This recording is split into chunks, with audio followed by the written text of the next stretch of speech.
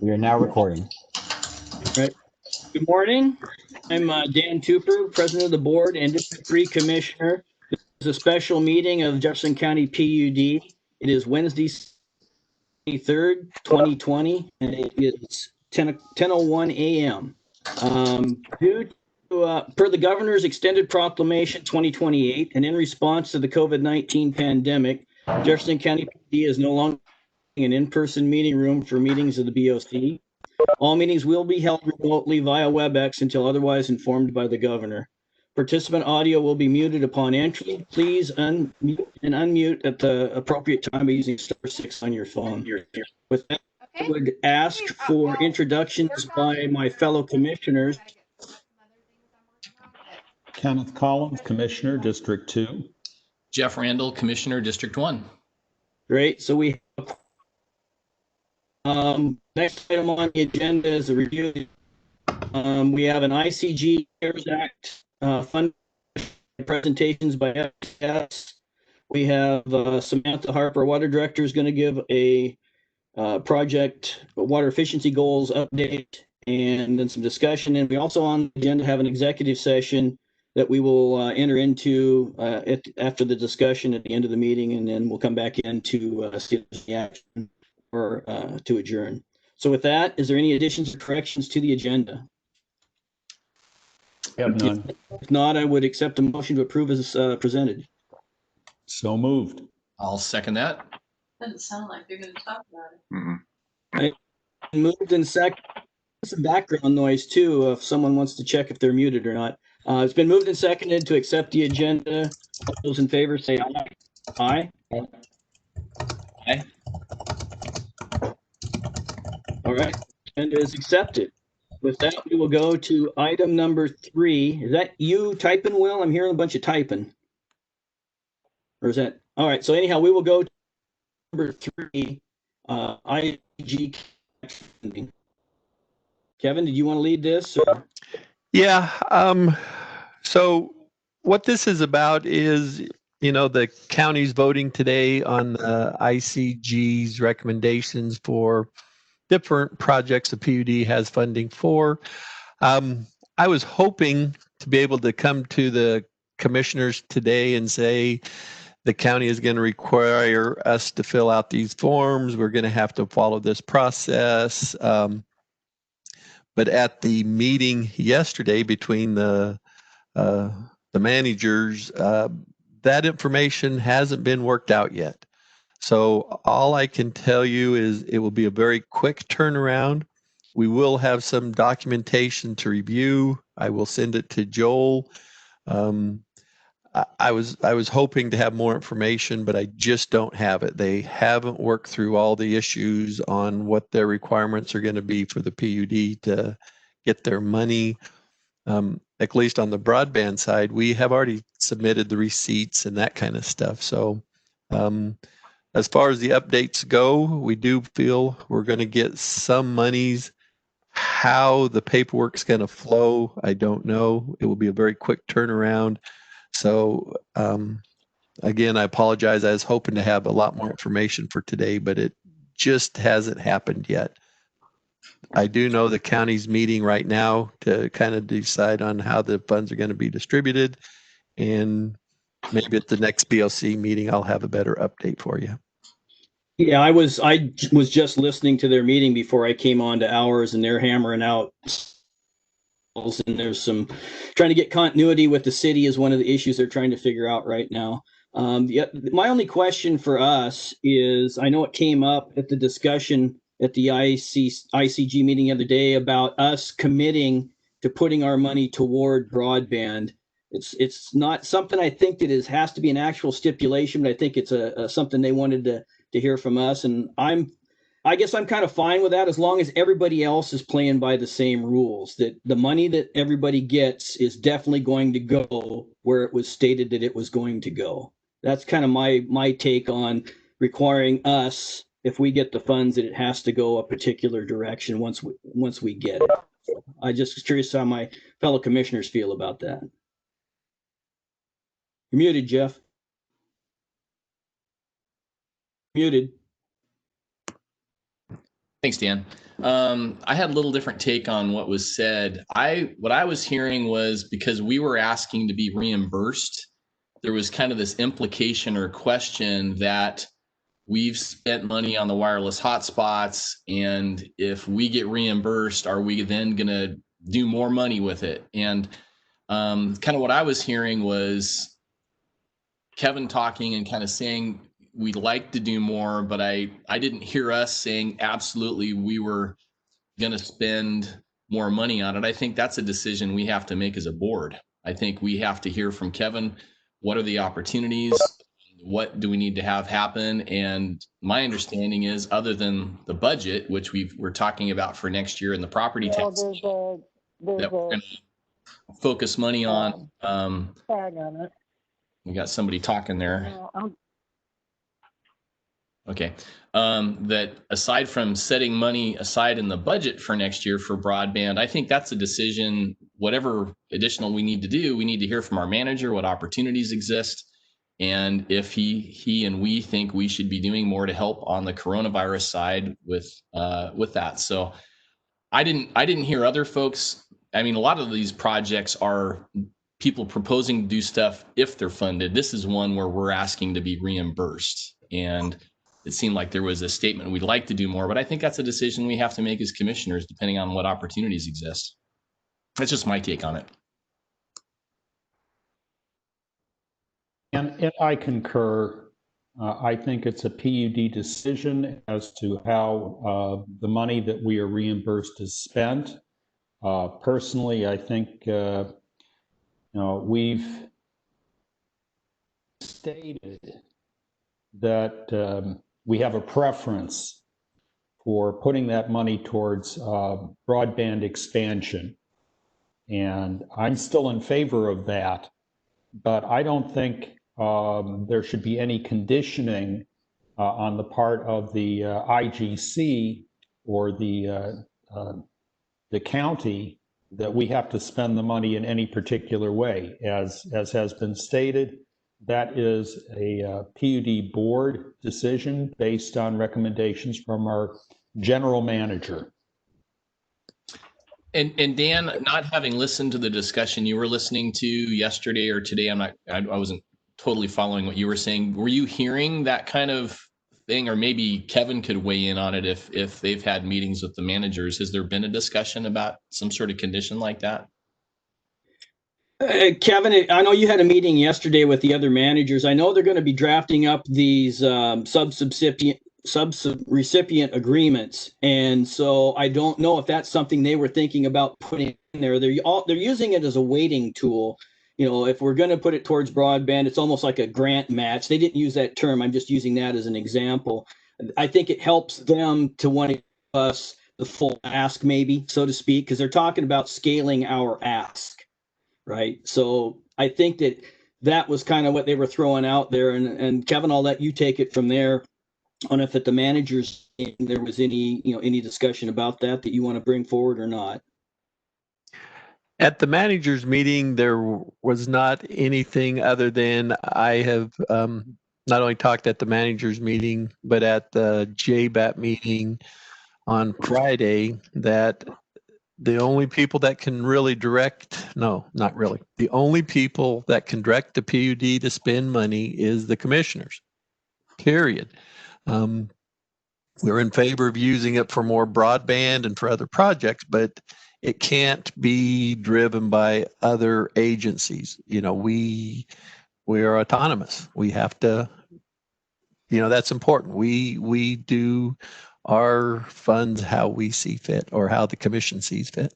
Yeah, I mean, otherwise it becomes like an interlocal agreement as opposed to we're requesting funding, and we're saying what it's for reimbursement. So anyway, it's a really good point, Dan, because there was kind of that implication and there was sort of an open question. So I appreciate you bringing that up.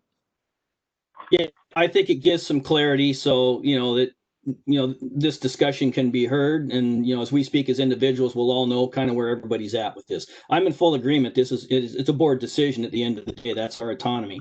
So we'll have that discussion later on if when the funds are dispersed of what we want to do. I'm good with it, but I think we needed to have the discussion at this point in the timeline for what they're doing over there. Thanks. All right, thank you. So with that, we'll move on to the presentations. 4.1 is the rate study presentation by FCS. Is that Sergey going to lead that?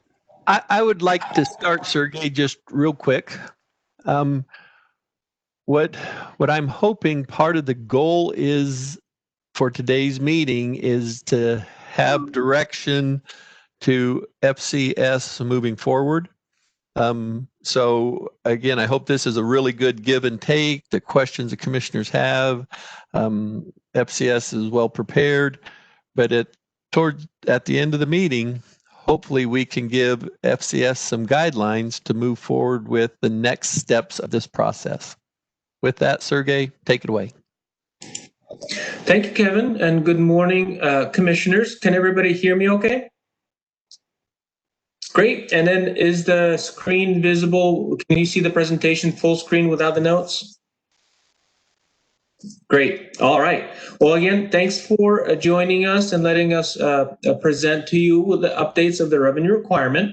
As a quick discussion outline for our presentation today, we're going to start out with a brief reminder of where we have been, what we have done to date, and the updates we're going to be discussing today. And we're going to structure the presentation slightly differently today. We did bring back to you some updated results, but we also wanted to provide you with an opportunity to inform the scenarios directly as well. So we have put in some time in the presentation where you can provide us any additional scenarios you might want us to run. And Paul's waiting on the sideline here with the analysis available, and he'll be able to run any additional scenarios you might want to look at to help you make a decision if possible today. So we're going to start out by talking about what we have changed since the last time. We'll focus on the water first, then follow it up with electric, and then move on to the next steps. Feel free to ask questions as always as we go along. So as a brief reminder, we started the study around April this year, 2020. Since then, we were developing the analysis, and we met with you, the board, the first time on July 13th, at which point we kind of outlined the study process itself, what we'll be doing, and really wanting to get an idea of the goals and objectives we're trying to accomplish through the. How long is this going to take? From you.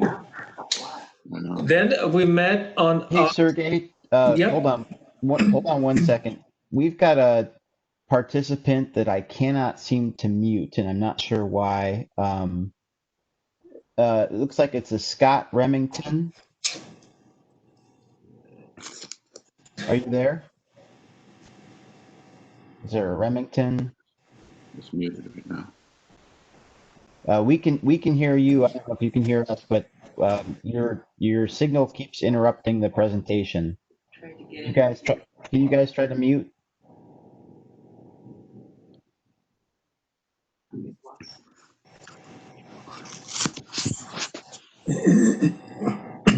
You're still there. Okay.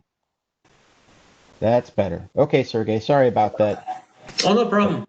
Oh, nope, they're coming back in again. Oh, all right. Hopefully this will work. Sorry again. Not a problem.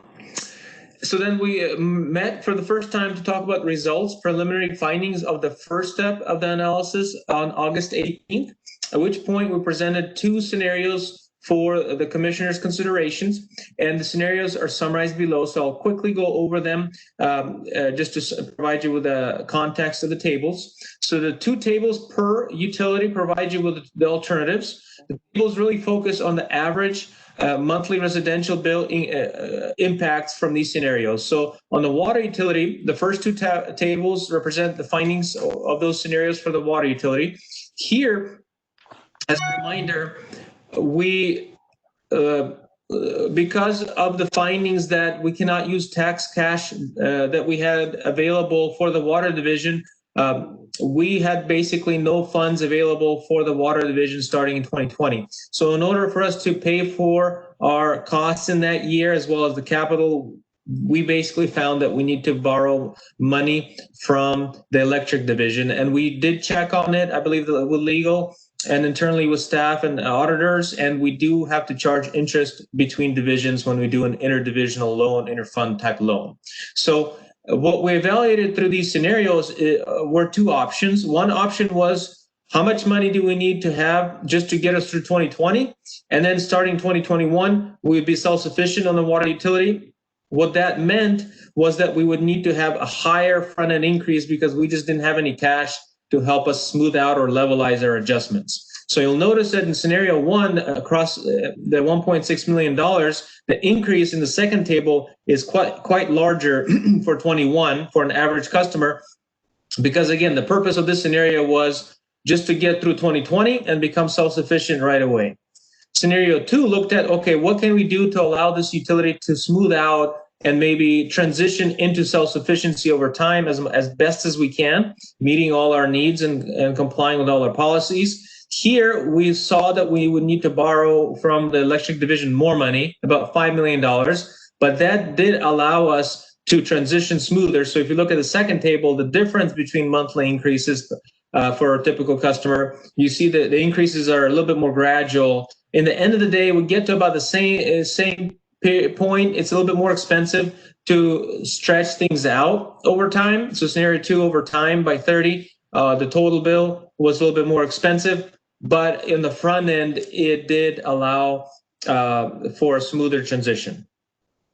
Now, because we assumed borrowing from the electric division, we had to run the same scenarios for the electric utility. So the two tables below provide you the impacts on a typical bill using 1,000 kilowatt hours a month for a typical residential customer.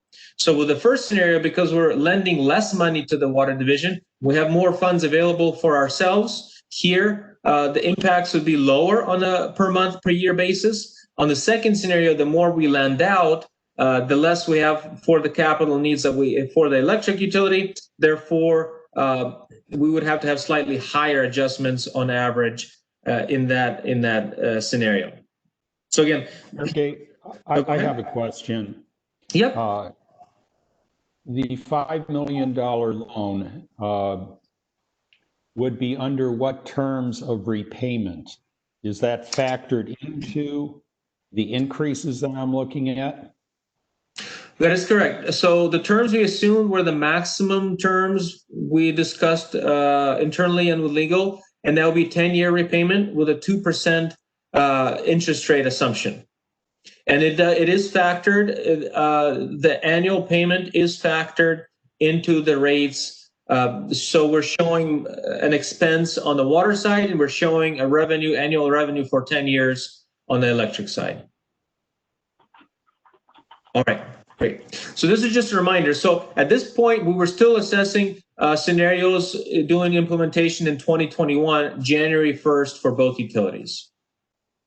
So before we get into the updates, what's changed in the new proposals, I wanted to bring back the overall rate study process. I like to bring this back every time as a grounding point, just to remind everybody, since we don't look at these together all the time, what actually goes into the rate study. Usually, again, what you'll see here is the full-blown rate study is a three-step process. First step look as what we're at right now, and the purpose of today's meeting is really the revenue requirement, and it focuses on overall needs. So at this point, we're just trying to identify how much revenues we need to fund our ongoing obligations over a certain time period.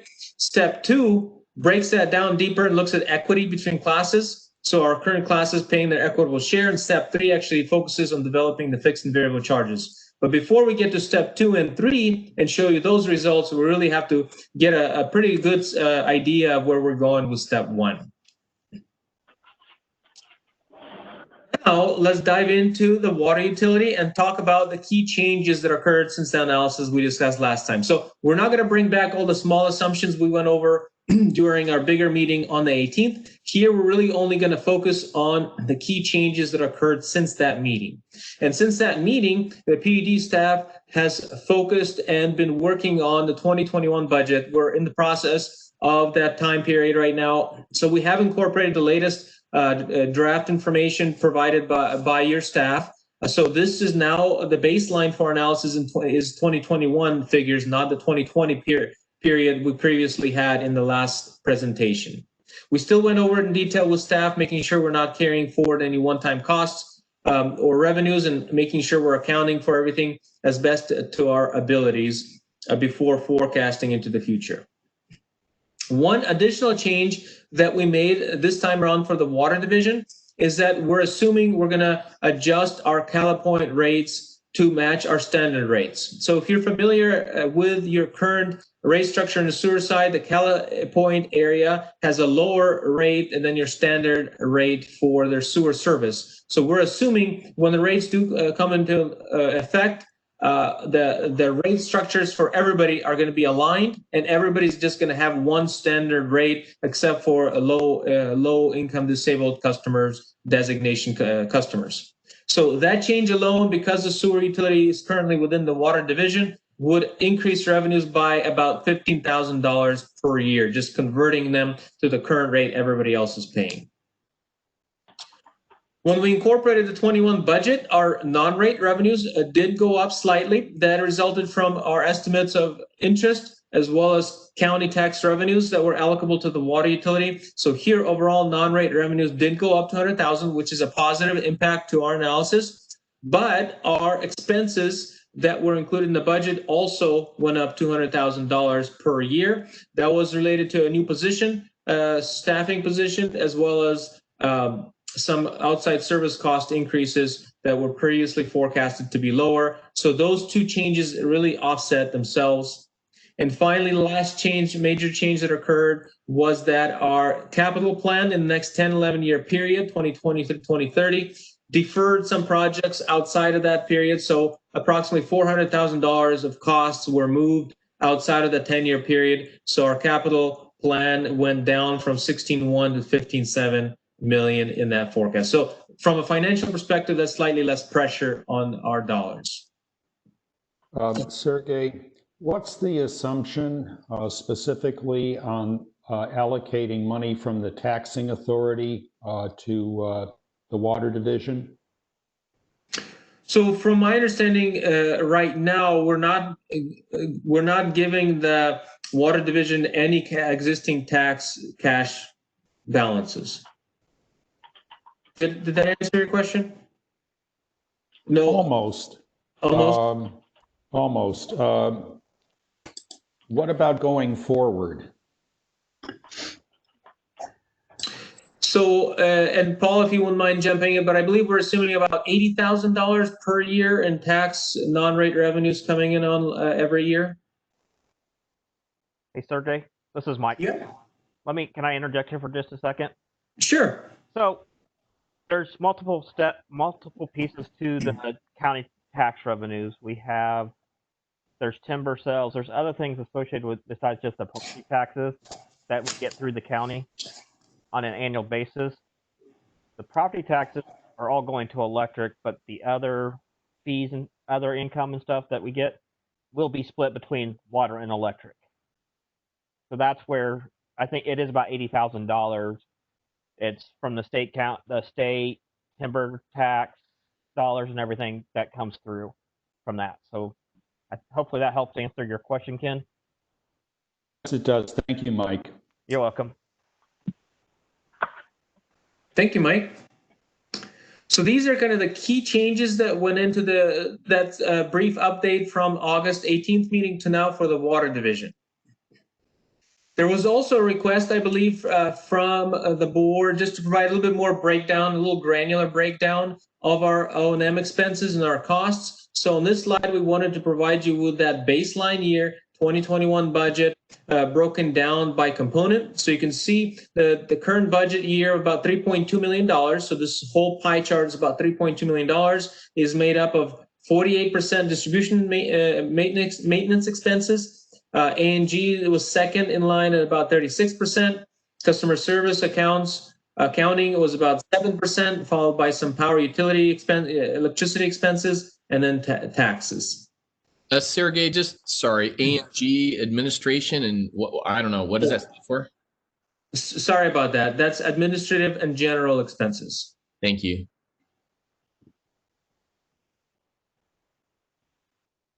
So updating our revenue requirement, here you'll find the summary where the bars represent expenses and the line shows you revenues at current rates. Just as a reminder from our prior discussion, we're currently assuming that the water utility is fairly built out, so we're not really showing any growth occurring.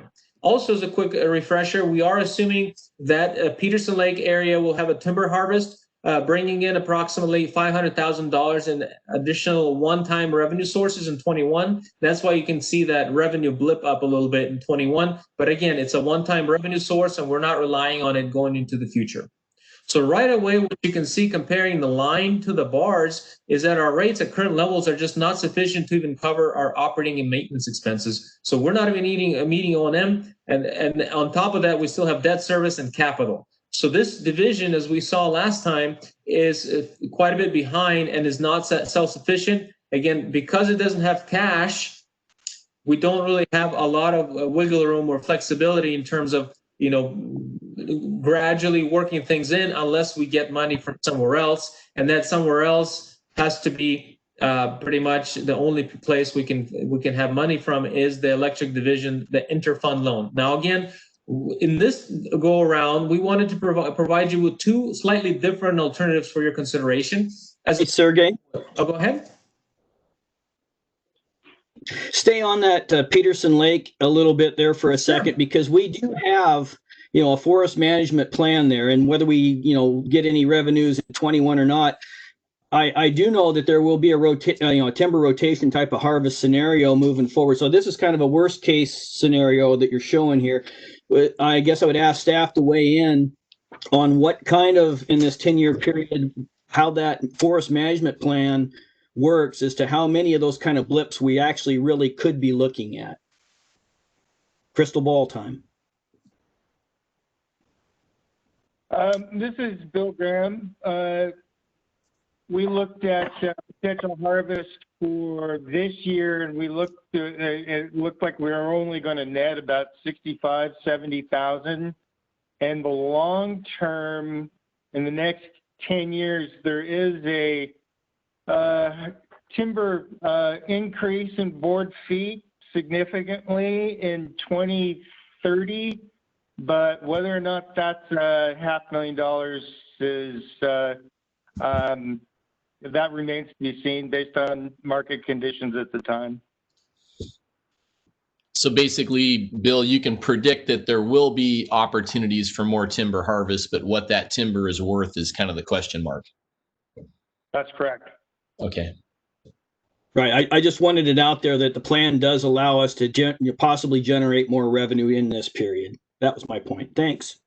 And I also wanted to make a point here too, because I think anytime a utility is talking about rates, usually what appears in the newspaper and the stories is utility increasing rates X%, you know, so forth, and that gets the attention. But I think the story here is that we don't have a sustainable water utility, period.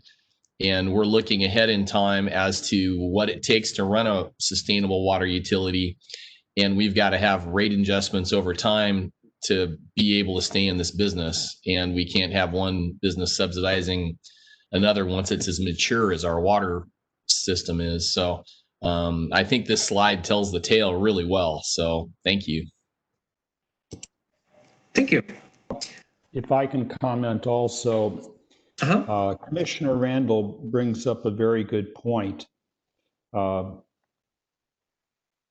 think also it would be helpful to do a couple of things. One is to separately carve out a capital improvement fund, which is what the city of Port Townsend does, so the people can better understand where the money is going to. Also, it makes sense since $5 million was moved from the water reserves over to electric reserves, that there is $5 million that had previously not been counted on for the electric utility, and to use that to provide emergency funding for the water utility certainly makes sense to me. And I think the important benefit, as your analysis points out, is that it allows us to smooth out the increases over time. So that I think will lessen the impact on people who will feel it the most. Hey Ken, when you talked about carving out the capital expense or capital item, were you thinking about how it would be reflected on a person's bill? That there'd be some communication on their bill that this percentage of your increase is actually going to cover capital costs, or were you thinking more in terms of like a budget sort of description?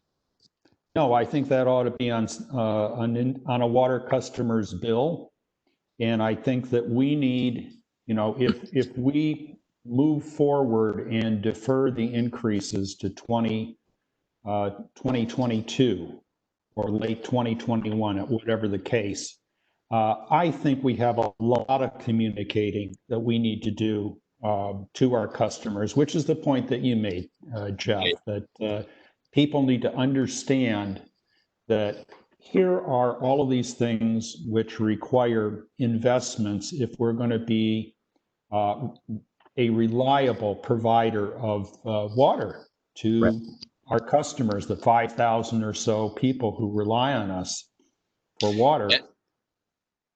And of all the things you said, the one thing when you hear it stated that is the most confusing is this idea that there used to be $5 million in water and it's really supposed to be in electric, and now we're going to loan it back. To me, it makes perfect sense. It's logical. It's a nice way to make the increases as palatable as possible and have a good plan. But we really got to work on how we explain that, because it's confusing. And anyway, that's, hearing it restated, I was just like, that's the only part that's going to make people scratch their heads and question what we're really. And I'm not suggesting that in doing a communications campaign here that we get into that, because it is confusing and it's sort of the behind the curtain manipulation, which has to do with the legality of it. And people are going to be interested in knowing how much is it going to cost me? Exactly. And why are you charging me this? Exactly. I don't know that we need to get into all the sausage making details, but if we can give them the big picture of what we're trying to do and why and how it's impacting them, I totally agree. I think some of that's too much information. Thank you. And thanks, Dan, for letting us indulge on that a little bit. Great. So if there's no other questions on the prior slide, what we wanted to do is bring you back two alternative scenarios. And as I mentioned in the beginning, these are just two options for your consideration. We have a moment where after we show you these results where you can just let us know if you have any ideas that you want to test as well. So the two scenarios that we wanted to provide you based on the feedback we heard a little bit, especially with everything going on in the world right now with COVID, we wanted to see, can we defer rate action until 22? So one option looked at, okay, no rate action at all in 21. And then scenario two looked at, okay, what if we do some kind of moderate level of, not all the way what we need, but a moderate level adjustment in 21, and then start the real phase-in implementation in 22 and thereafter. So that moderate adjustment was assumed at a $5 level on the typical residential base rate. Now, if a commercial customer has a higher per meter rate, or an area has a higher per fixed charge, theirs will go up proportionately to the $5. So it could be higher than $5 for those folks that have a higher fixed fee right now. So those are the two alternative options we have developed. Now, in terms of debt, we are assuming that the coal seam storage. Go ahead. Can I make a comment here? Yep. We're looking at a very significant increase to the Calipoint customers on the sewer side, and I think we need to do that incrementally rather than all at once, because it is quite significant. I think in principle, we have to adhere to equal rates for comparable service across the board. However, it doesn't make, I think, it's not a good practice to hit people all at once with a really large increase. So I would be interested in seeing the scenario which spreads that out over 3 to 5 years. And I'll just jump in on that because the amount of money we're talking about, if I'm looking at this right, is it gives an additional $15,000 a year to the water side. And in the big picture, it's a pretty small slice of additional revenue. But as Ken's pointing out, to those several hundred customers that we've got in Kyle Point, they're going to be whacked pretty hard, pretty fast. And I agree. If we go with this idea of let's try and smooth out the adjustments over time, the same thing should work on a micro level for Kyle Point. I would concur with that. Okay. I'm we can definitely. probably in the other camp of not trying to prolong things out too long. So what was the monthly amount we would be talking about to get Kayla Point to parity with the other sewer systems per month charge? So right now, they're at $20 approximately, and the standard rate's approximately $31. So it's a $10 or so difference between the two rates. Per month. It's a flat $10. It's a flat rate. Right, we're talking sewer. I'm in the camp of, things have been going along here on the negative side for probably too long, and I'm more of wanting to be aggressive about this, particularly on the sewer side. $10 a month, that's 2 cups of coffee. I realize for some people that's a big thing, but I do think the areas that we're, and for as long as we've been doing things, we need to be more aggressive. I'm not stretching this out. So what if we were to, Sergey, if we did that over 2 years, and I guess the issue I've got is that $20 to $30 a month, that's a 50% increase in 1 year. And you're right, Dan, it's $10. It shouldn't be that much. But what if we made it over 2 years to get there pretty quick? Can it be a $5 a month jump, which to me is fairly modest? But yeah, I'm pretty quick. I think there's some urgency here. I really do think that we have to look at the dollar amount per month and not worry too much, get caught up in percentages and other things. That way it's a definite revenue. We know what that dollar amount equates to. I agree. So you would be comfortable with over 2 years getting to parity? Dan, you'd be comfortable with getting to parity over 2 years? Okay. Yeah, I think that's a good compromise. Thanks. Okay. I would be much more comfortable with spreading that out over 3 years, just because we're looking at a 50% increase and we're not looking at a huge amount of money that really has significant impact on the water utility. As Commissioner Randall stated, we're only talking about $15,000 in the aggregate.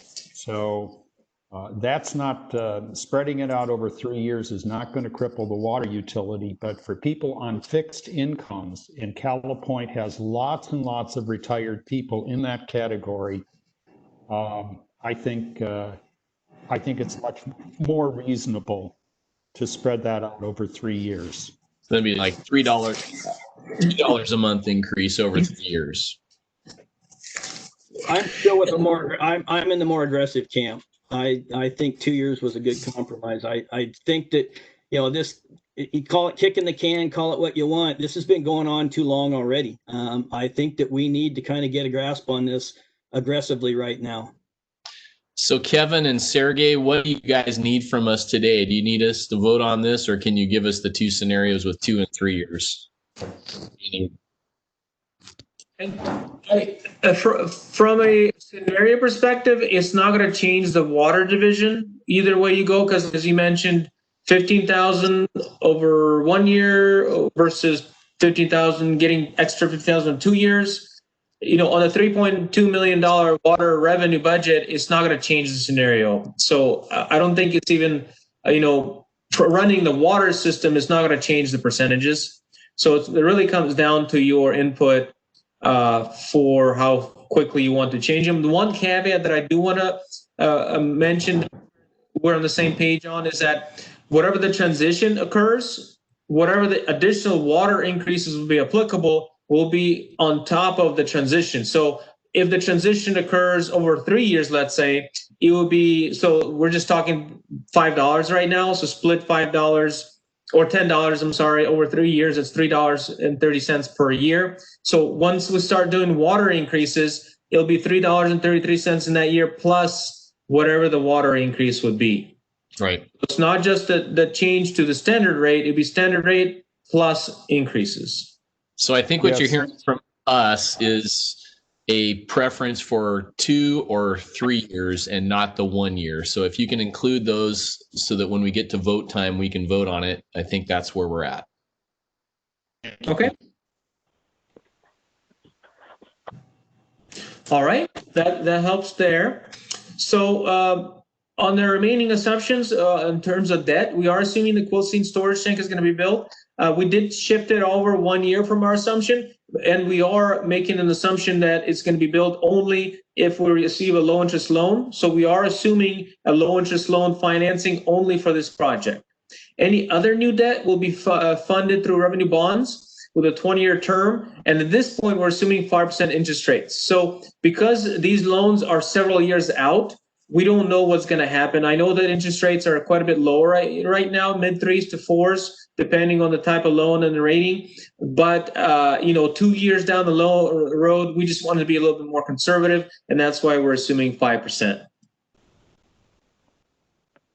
So in this slide, you'll find the summary, 2 tables summarizing the results of each scenario. So the upper table is scenario 1, just again as a refresher, the scenario avoids any rate action in 2021. So if you're looking at the current rate at current levels, which is the first bold line, these are customers using 4,200 gallons on a monthly basis. They are currently paying $37.83.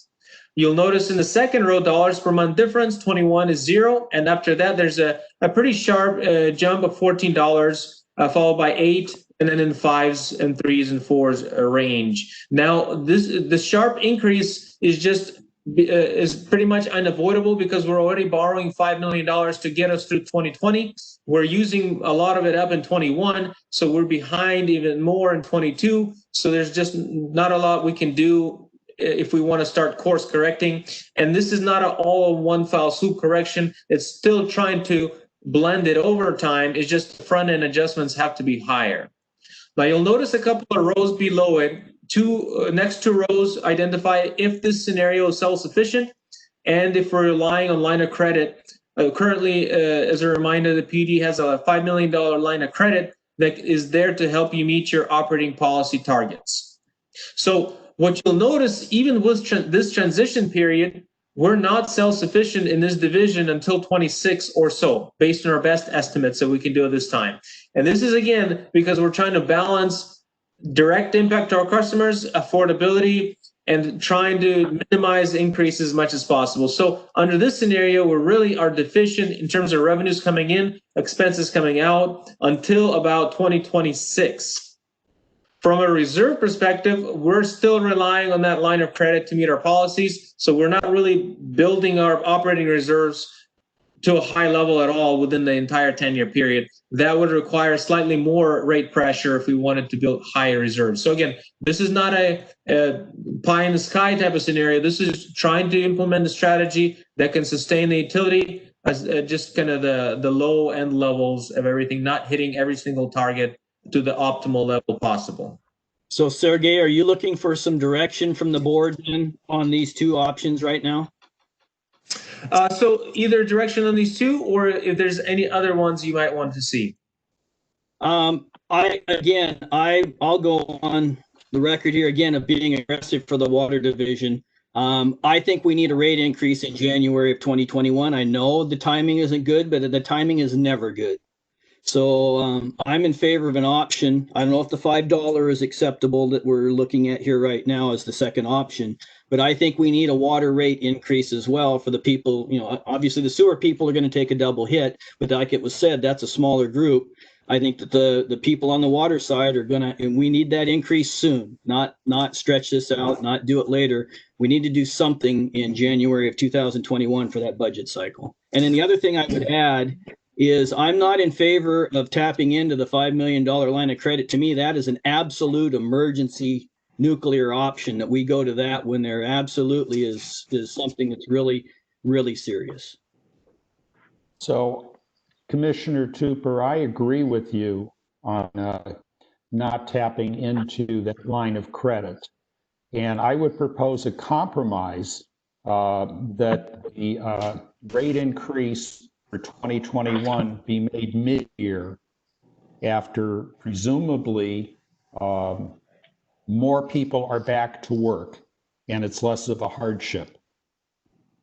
I think, again, that's a fine compromise. I think also, and this plays back to something we talked about a little earlier and didn't get into depth on, we do need some time to communicate to the public what we're doing, why we're doing it, and where the money's going. So for communication purposes more than anything, I could live with that, but the only that is we need to definitely get that communication out there, because that's when they're going to be using the water.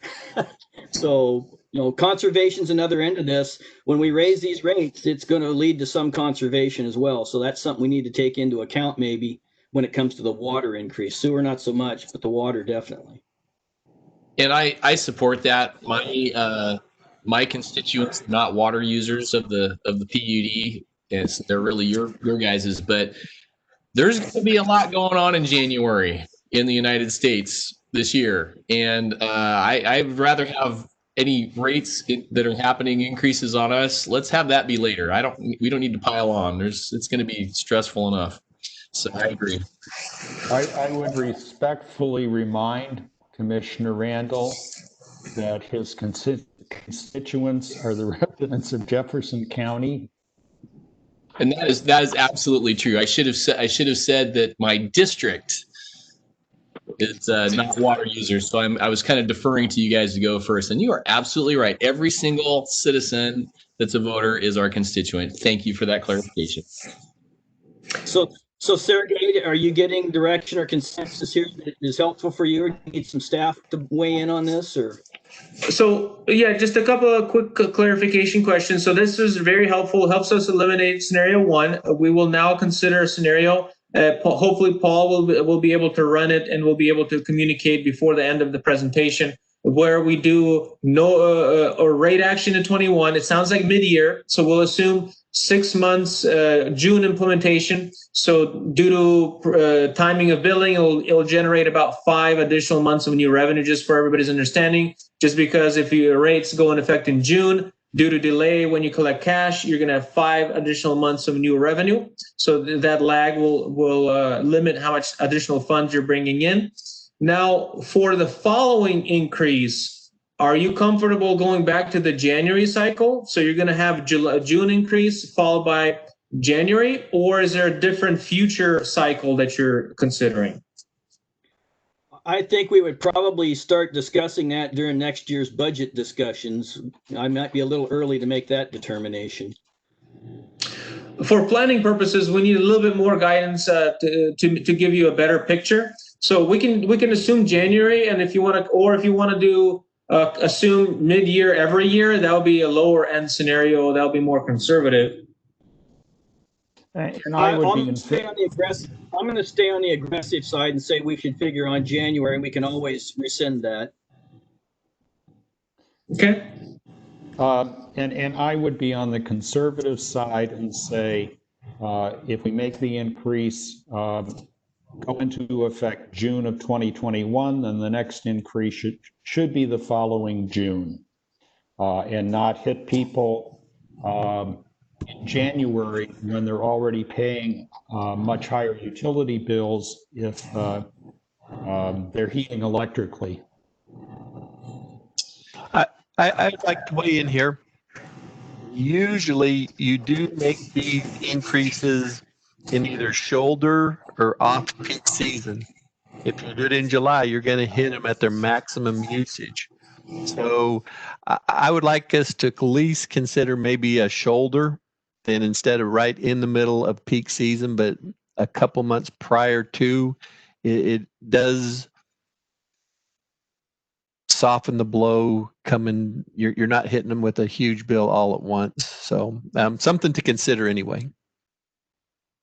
Well, what I'm hearing Kevin say is the experience of what happens at different times in terms of how the phone rings and how people act when they come in. So I think that's the voice of experience there, and I would encourage us to consider that. And when we do electric rates, we do try to do them in June because that's when the electric rates are down. And I guess what he's saying too, that if we're going to adjust water rates, we consider doing it when it's not at the peak. But And I'm okay with that. Okay. I'm fine. I think that. January, it might be minimal. Maybe we decide it's a very minimal increase in January, or we rescind it. I think we should stay a bit more on the aggressive side of this, and we can always change it, when we get to those off ramps or those breaking points. But I'm also hearing that for Sergey to do his analysis and give us real numbers, we got to make some decisions. We can't say, well, let's decide every year when the rates are going to increase. That just monkeys with the whole spreadsheet. Right, at least for planning purposes, for me to give you a number, you can always make it change your direction next year and revise it, just recognizing that any change will potentially come back to you with an alternative. We might not be able to hold the plan if a significant assumption is deviated. But to give you an answer, we need a little bit of a path. So it's just more for planning. So this is a plan, but when it actually comes every year to the formal rate adjustments, we're still going to be voting on that. That's correct. That's correct. So we still have that micro ability to adjust how we do things. And of course, we're making projections here, projections on revenues and projections on costs. And every year when we do a real budget, that'll be real. We'll know actually what the expenses are going to be, actually what the revenues are going to be. And then we can, again, make those micro adjustments. So as your point is, this is a plan. And in the best case scenario, with any luck and completed, we'll be able to maybe get some money, get our hands on money that we haven't been able to in the past. So I think there's ways that we might be able to make up for this by staying aggressive. I think we'll have ways that maybe we can soften it.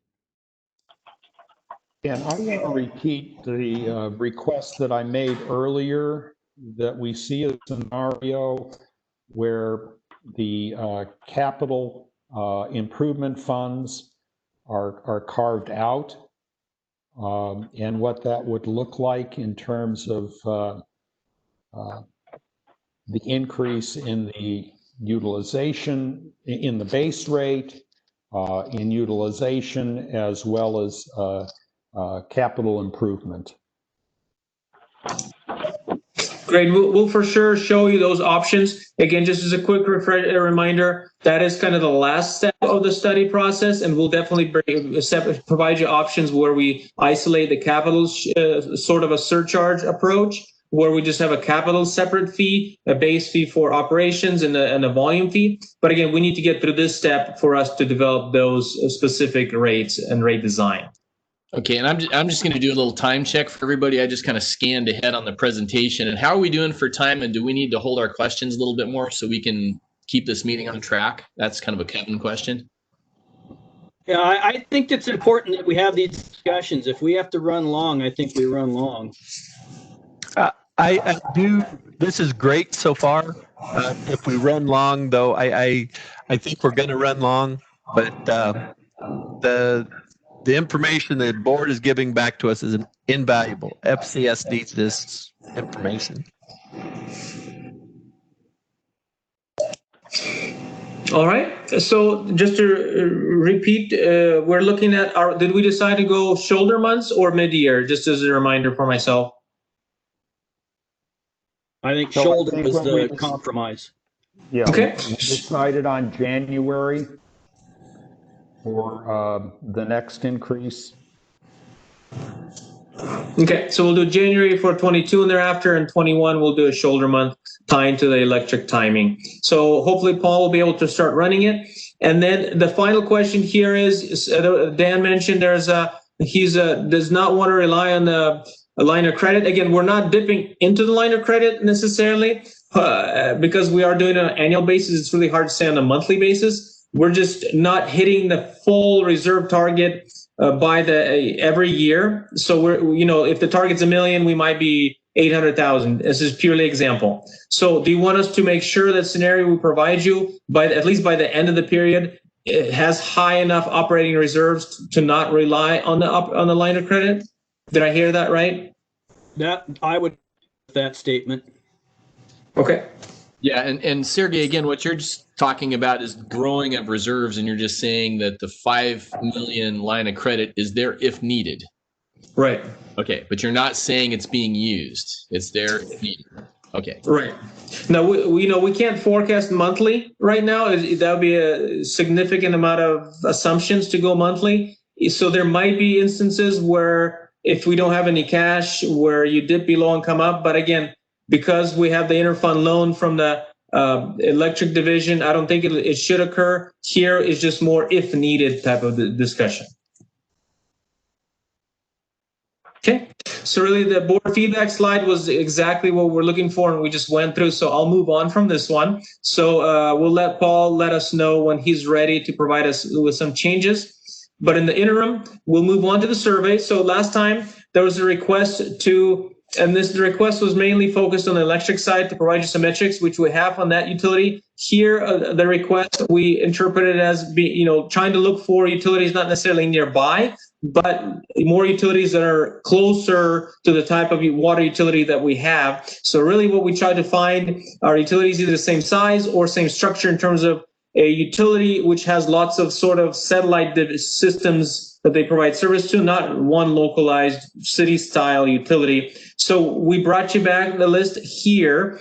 Another request that we had was to make sure that we break out the fee components out of the average bill. So here you see color coding for the base fee in the dark portion of the bill. The yellow represents a capital surcharge. So the Thurston systems have a capital surcharge in them.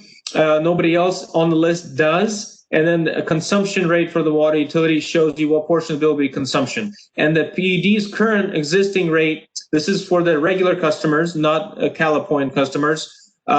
This is the standard rate is the 3783 is in the blue.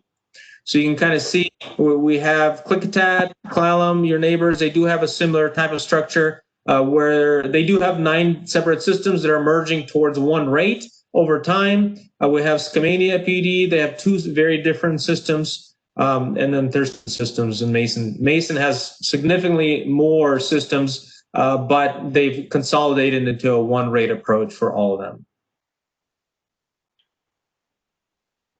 On the sewer side, this one's even trickier to find. Again, everybody's so unique, and in the case of septic systems mainly, it was very challenging to find a good comparative. Here, we're showing you, in this case, showing the CaliPoint, that $20 I mentioned, and the $30.80 for the standard rate. Klickitat PUD actually has more than 2 rates, but these were the 2 systems based on our discussion with them that are septic style systems. City of Lacey had a septic rate. They have other rates as well as City of Yelm. They have a separate septic style system rate as well. Clallam PD has 4 distinct system rates. So we're showing you the bookends, the lower and the higher. Again, over a 5-year period, they are merging them together. So even these, your neighbors on the Clallam side, they're going to be merging their rate towards one rate. And then Holmes Harbor, they're more of a septic system. You can see they're quite a bit more expensive. We found they have a septic type system nearby as well. So we're getting good graphs. I think this highlights how far behind the curve we are with people in similar circumstances, on our rate structures, and why I would like to see us stay as aggressive as we can. I know this is a tough time, but I don't think putting stuff off is gonna help our customers at the end of the day. One question I would have at this point is maybe for staff to weigh in on the previous slide about a capital surcharge and where and if that's something we should be considering, not necessarily in this particular budget cycle, but looking forward.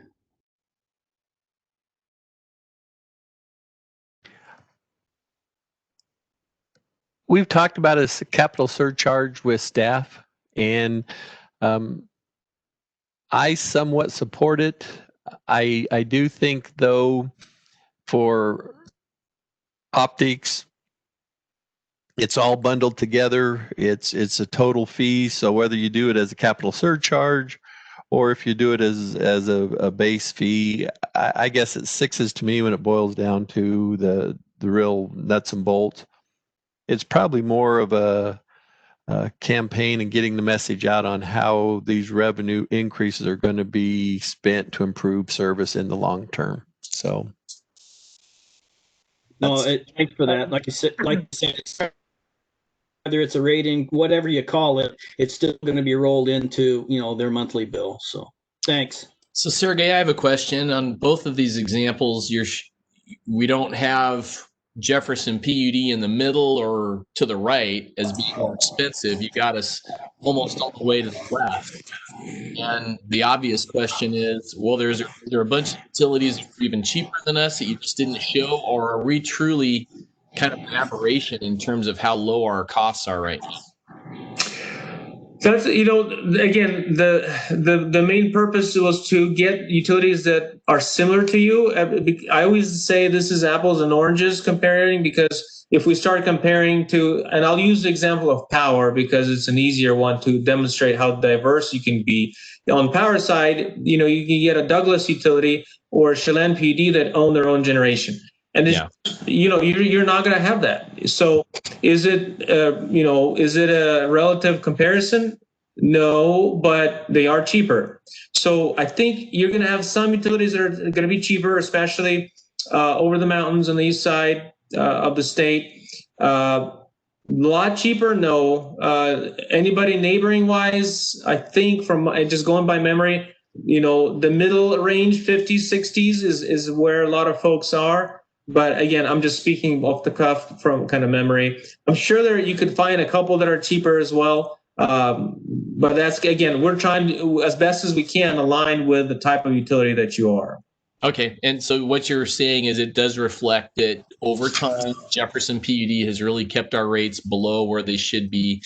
We're not covering the costs of things. We haven't been planning far enough ahead, and we've been deferring a lot of stuff. So it's time to start looking more forward thinking and adjust our rates, and that's what other utilities are doing too. And this issue, multiple rate classes, other utilities are going away from this too because it's complicated. It makes things harder to be treating different people differently. Let's get them all the same. It's one system. Let us plan for it like one system. Let us charge for it like one system. So the trend is more from a system perspective. So satellite systems or locations, a lot of folks are moving away from that. You can think of it as pressure zones. You won't find cities with different pressure zones having pressure zone specific rates. Some might have a booster pump surcharge or something like that, but you'll never have a pressure that I've seen personally, a pressure zone specific rate. So what I want to be careful here is that they're still having classes of service. So if a commercial class versus a residential, that is still there. But system area, a lot of folks are moving away and they're saying, we're one system. I know that I'm 5 miles away from the treatment plant. You're 2 miles away from a treatment plant, but you might have a bigger storage tank than my storage tank, or I don't use storage. So unless you get a granular, very time intensive, staff intensive rates, which, you don't see almost anywhere, most people are moving to one system approach, like you mentioned. Right. It's the postage stamp idea. Everybody's paying the same regardless of how far their letter's going. Right. Yes, but I would add this to that conversation is, and I know some of these other water, utilities, we have a little bit of a difference in that. And of our 4,500 customers, 3,500 of them are in one system. So the postage stamp thing to me is still not one I'm completely comfortable with. Okay.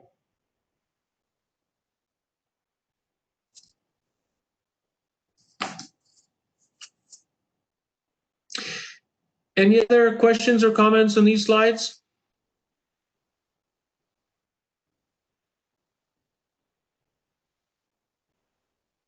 Nope. All right. Well, let's do a quick check with Paul. If you're online, can you let us know if you had a chance to run those scenarios before we move on to the electric utility? Yeah, Sergey, this is Paul here. I had a chance to run those 2 additional water scenarios. So why don't you flip back to slide 10 for comparison.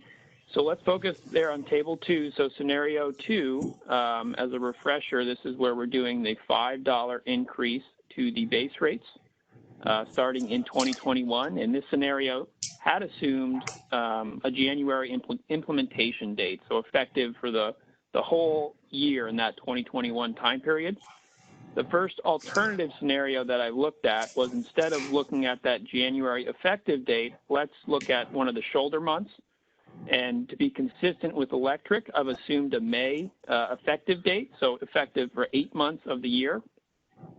What I'm assuming is still a $5 increase to our that smallest base rate in 2021, just changing the month that it's effective. So that 11.45% stays the same in 21.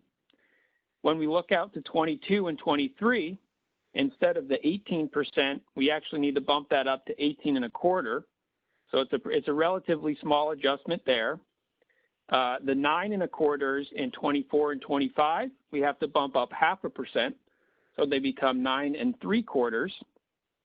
And now we've actually done a little bit more. We've increased rates a little bit more than what we had been. So the 5.5% that we're showing there can actually be reduced to 5% thereafter. So before I move on to the next scenario, does that make sense to everyone?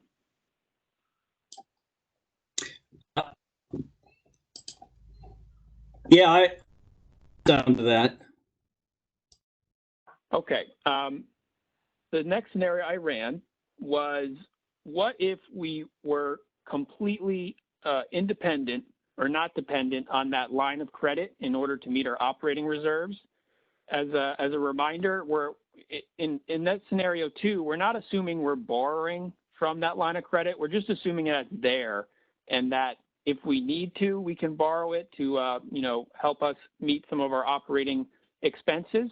It's just there in order to also meet that operating reserve. But this second alternative, what we heard is we wanted to look at a scenario where we're completely independent of that line of credit, and we can get to, by the end of this time period, meeting that operating reserve with our rates alone.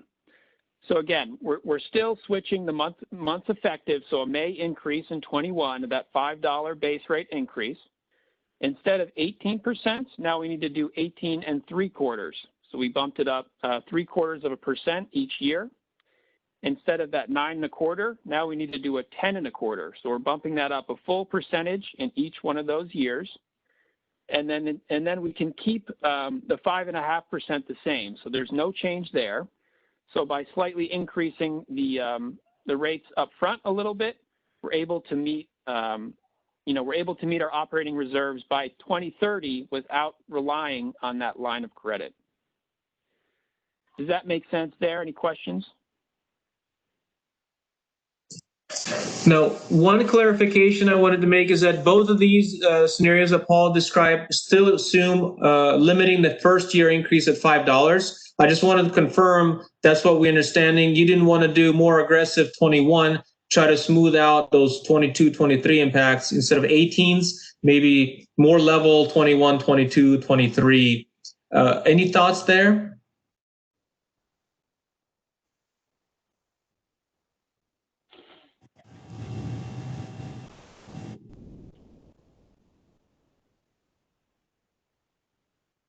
I would like to see it leveled out a little bit more.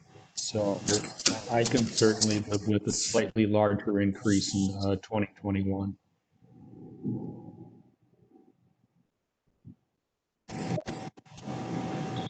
Like I said, I want to see the stay as aggressive as we can, but whatever it takes to get a consensus from the board. Okay. So Paul will run that smoothing scenario out slightly higher in 21, and we'll probably circle back to it after we're done with electric as well. Any other items we would like him to run while we're discussing electric?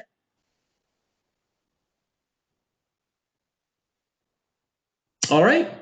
Well, if you think of anything, just let us know as we go through the electric section. And so Paul, please run this additional scenario where we're doing a little bit more than $5 up front, just to give us a range, and we'll move on to the electric utility. So this will be very familiar to the water, very similar to water utility. We are using the updated base year of the 2021 draft budget information. Again, reviewed it internally with staff to make sure we're not carrying forward any one-time costs. Here, as I mentioned in the introduction, we are changing that timing to the off-shoulder month to April 1st implementation. Now, we couldn't really give you a numerical value of impact, what that would do, because it'll depend on the scenario you choose. But a rough rule of thumb is that through April or so, approximately 40% of your consumption is occurring during that time. Again, because it's heavier weighted to the colder months. So for 1% change in a rate increase is about $100,000 or so, $140,000. So for every 1% increase you do, you will lose, approximately $100,000 to $140,000 in that time period. So if you do a 5% increase, you would multiply 100 to 140 by 5%, and that's how much revenue you would lose by deferring rates from January to April. That's just more of informational type item. In terms of other changes, we have included the new budget, which includes about $300,000 in additional non-rate revenues. Some of it is fiber related, assumed fiber sales, as well as additional county revenue increases as well. So that's $300,000 compared to the prior version. There's no changes overall on the O&M expenses and power. And then our capital, about $1.3 million of projects have been deferred outside the 10-year plan from 73.6 to 72.3 or so. So that helps us save on the capital side as well. In terms of expenses, here you'll see that your total operating maintenance expenses, including power, you'll see that power is about 56% of your baseline budget year expenses, followed by distribution expenses, close to 20%, A&G, administrative and general expenses, about 11%, followed by taxes and customer service type costs. So again, power, the piece of the expense that you don't have a lot of control over, is one of the largest components of your costs. So updating our revenue requirement here, the electric division's results look a lot better than the water division. Again, as a reminder, the bars represent expenses made up of O&M in the dark, orange the power, again, that biggest piece of the bar, debt service from the purchase of the system in the gold, and we're actually able to fund some level of cash fund capital on the electric side. Now, go ahead. Now, because we do have a loan from RUS, RUS does come with requirements to meet certain policies for debt service coverage and tier. There's a regular standard debt coverage and tier, as well as operating debt service coverage and tier. And we're looking like if we do no rate action at all, we would hit one of those metrics in 2023. So we'd not be able to comply with the operational tier target of 1.1 by that point. So some rate action is necessary between them if we want, but again, that does not take into account new capital and complying with our costs. Going out in the future without any rate action, we won't be able to pay even the cash portion of the debt out in 27, 28. So did I hear you correct, Sergey? If we did no rate increases, we have until 2023 before there would be a negative impact, all things being equal, if there were no major issues along the way? So that you won't be able to do the full capital program. So until 23, you'll be able to cover your O&M, your power, and your debt service cash payment and meet your coverage requirements until 23. Your amount funding for capital, you'd have to slice it substantially. So this is only looking at the operations, not taking into capital. So if you do nothing, you can't do the full capital program of you identified. So could you do substantially when it comes to the cut in the capital improvement?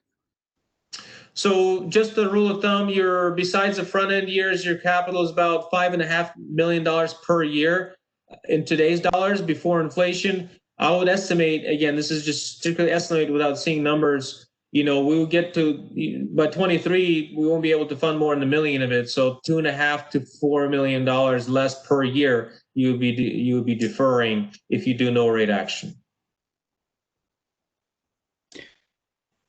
Do you run a scenario by chance? I know I made the comment before that I would like to not see us have any rate increases on the electrical side if all things stay static until June of 2022. Did you run any kind of a scenario on that possibility?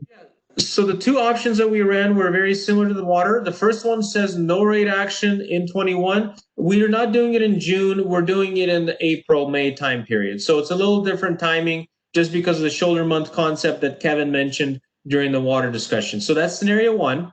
And then scenario two looks at a minimum inflationary level of increase on 21 of 3%, and then regular adjustments thereafter. So table one shows you the summary here. The first two lines show you the average bill using a residential home using 1,000 kilowatt hours per month. You'll notice the current bill is about $114. No rate action in 21, so there's a 0 monthly increase. In 22, you would have to bump up close to $17 because we deferred 21. So because we're lending money out to the water division, we don't have as much cash. We're paying for capital, we're paying for debt for O&M and power. We just fall behind, and we need to have a sharper adjustment, close to 15%, $17 in 22. After that, we can go back down to inflationary levels, and we're forecasting no rate action in the outer years. Scenario two, where you are doing inflationary level adjustment in 21 of 3% or $3.43 on average, helps you mitigate year two quite a bit in year three. So you're smoothing it out a little bit better, just because at 3%, $3.43 really helps you build up a little bit extra cash, pay for that capital, because just as a reminder, we're assuming no debt in both of these options. So the electric division is not accruing any more debt in any of these alternatives. And because of that, we have to build the entire capital out of cash. Therefore, any delay, unless something else occurs for us to be able to build that capital, we need to have this level of funding, by 22. So that front end 3% helps smooth out 22, 23, 24. So these are the two options that we ran. I'll weigh in. I'm in favor more of the first option because if we raise the water and sewer rates, this is a way to help soften, what customers are going to be paying out. I realize it's 5,000 people versus 20,000, or customers versus 20,000 customers, but I think we have a big enough reserve, or possibly projected reserves, that the electric could weather this. Postponing, so to speak, a rate increase definitely better than the water side is looking at. Okay. And if I can weigh in, since we're talking about increasing the rate in 2021, possibly in April, which is in the shoulder period, I could live with that. We're not talking about a huge increase, and it softens things in the next couple of years in terms of how much the rates have to go up. And we're talking about some overlap in customer base. Basically, 3/4 of our electric customers are not water customers. So yes, it's an increase coming in April or May of next year, but I would rather do that than hit people with the 15% increase the following year. So that's my preference. And I'm going to concur with Commissioner Collins. What I've learned when we're talking about rates that are higher than $30 or $50 a month, which water is, when we're talking about electric rates where you can have $100 plus $200 a month at times, when you get above, and where you want to be with rate increases is in the 2 to 3% range. That's ideal. You're talking 15%. That's really painful. I don't want to go there. And even the 7% will be significantly noticeable to people. So I'm definitely in favor of the second scenario of sooner. I don't want to be in a 15% rate increase, double digit. No way. I don't want to go there. Well, it's 2022, and I don't know where things will be in 2022. But when you look at 23, 24, 25, the increases are substantially less than in option one than they will be in option two. I get how you're trying to balance this out, but I think the one time, yeah, it'll be painful, but I think the fact that we'll be able to keep the rates hopefully lower in those following years, I think it's worth it. Again, it's a communication thing to the public. Let me ask you, I guess, and how would you feel if you were running for election in 2022? Would you be in favor of a 15% rate increase that year? Well, you can believe this or not. Don't worry about the politics. I don't think so. Well, I don't think I'm so. telling you, I don't look at the election calendars. Well, I look at what we need as a utility to get us where we need to be. Yeah, I question that, but anyway, I'm in favor of scenario two. You don't want to be in double-digit rate increases on the electric side. The costs are just too much per month. That is not a good place to be. And it would have been my preference initially to defer it, but when I see the prospect of a 15% rate increase, I don't want to do that to people. No. I would rather spread that out. And I think, well, let me just say that I understand where Commissioner Randall is coming from. I would have the same consideration. And 7% is still really, yeah, it's steep. 7% is significant. So that's, yeah. And hopefully you'll have the luxury of running unopposed. Well, and again, I agree with Dan in that we shouldn't be making decisions based on when we're running for election. That was just a point I was going to make. But we've got to suck it up on all these things. I think we're in agreement. We want to have enough money to run these utilities in a responsible and forward-looking manner. And as costs go up, we just have to deal with that. One thing on the electric side that's encouraging to me when you look at that pie chart is most of the costs for running this utility are going back to what we're delivering. They're going to the cost of the power, and they're going back to the cost of maintaining the system. And that speaks well to having the kind of scale that we do with our electric side, where we've got that many thousands of customers. And it's more challenging on the water side when you look at half the costs are administration, just because we have so few customers. So I think we need to stay focused on running the electric side in a professional manner, because there's no excuse not to. It's a scalable, sizable utility. We've got to run it in a professional manner. So, but I prefer scenario two. The two things that customers look at. One is their monthly bill, and the other thing they look at is the reliability of the system. So again, I think it would be helpful, and I take Kevin's point about the optics, but I strongly feel that educating our customers as to what their money is paying for is important. Will an increase still be painful for some people? Yes. But as long as they know what their dollars are buying, I think it softens that somewhat. And when you talk about system reliability and the length of time it takes to do repairs, especially when there are storms coming through, as they're starting to be right now, I think people place a lot of value on our ability to be responsive and keep the lights on. I agree with the communications component. We can never do enough quick enough to communicate to the public what we're doing and why we're doing it.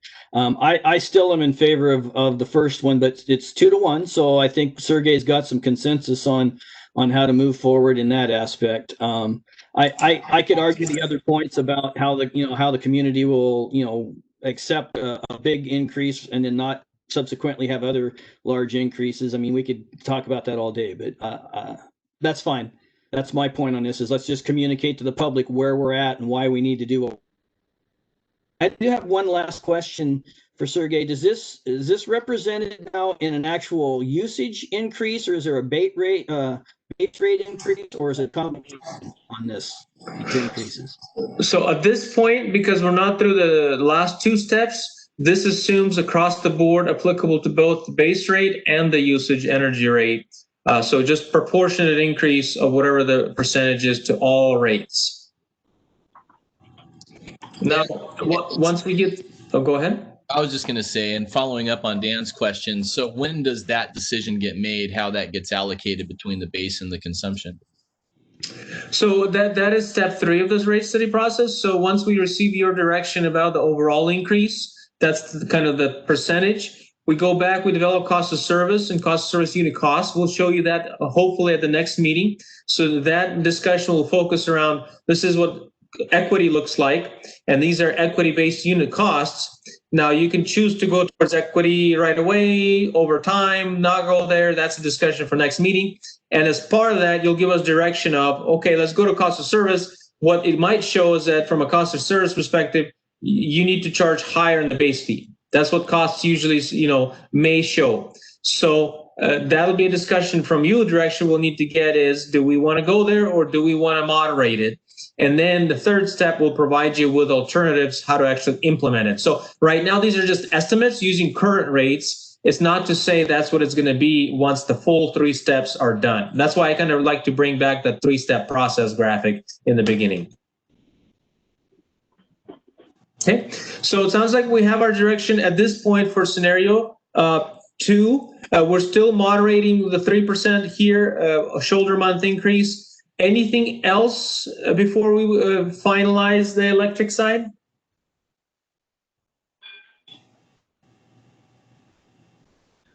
Okay, so on this one, we wanted to bring back a electric survey. I believe during the last discussion, there was some direction from the board to look at more metrics to try, if possible, to get other utilities that are similar, especially looking at debt to asset ratios. We were able to find that information. But again, we couldn't find that many utilities that were that had a debt to asset ratio that was close as the PUDs, just because not many utilities have recently been set up or purchased. So here you'll find a table summarizing some of the key metrics, trying to equate the utilities. Again, it's impossible to find somebody exactly like yourselves. So we looked at number of meters. We looked at population density, median household income, debt to asset ratios. These are just a small sample that we found.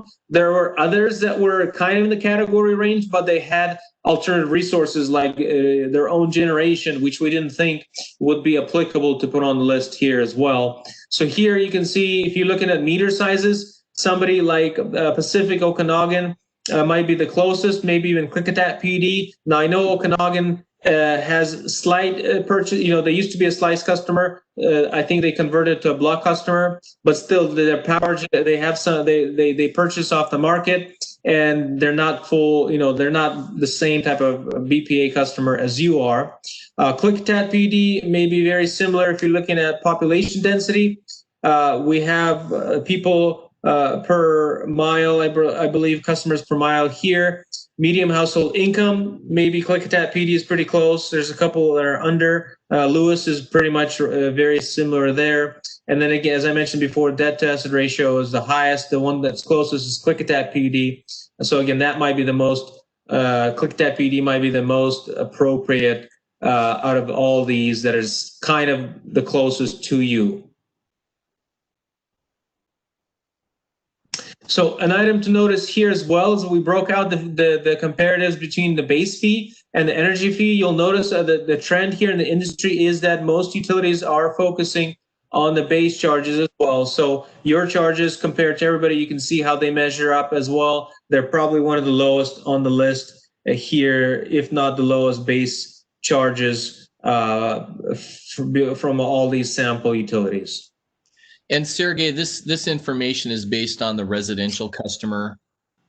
That's correct. So we strictly are focusing on a residential rate here today. Right. You got to pick one. And this is great. I guess for me, it's encouraging that we're not all the way to the right, given our debt situation compared to all these other utilities. And I really like how you're bringing in this customer density figure because that is totally relevant. And finally, the one request going forward, because I assume as we continue talking about electric in the future that we'll keep this graph in here to remind everybody where we're at. I would really like to see Puget Sound Energy on this list, even though they're not our scale, they're not like us, but from our customers' perspective, they're still not that far in the rearview mirror as when they were providing service here. So I think it's helpful to have them on this list. All right. Yeah. Does MHI in the chart represent income level? That's correct. Medium household income. Yeah, thank you. And I appreciate it. I know that, that was one of the selling points, back, 8 years ago, 10 years ago, 12 years ago, I guess, 2008 when it all started. I'd rather look at us being forward thinking and forward looking and not worrying so much about comparing, to what we were that long ago. A lot of the people in the county weren't even here. A lot of people I still ask when I tell them I'm a PUD commissioner in the county, they say, well, what do you do and what's that? So I think we should focus more on moving forward and looking who we are and where we're going and to try looking back for comparison. Okay. And sorry to interrupt here. This is Paul from SCS Group. I'm ready on that alternative water scenario, whenever you all want to look at it.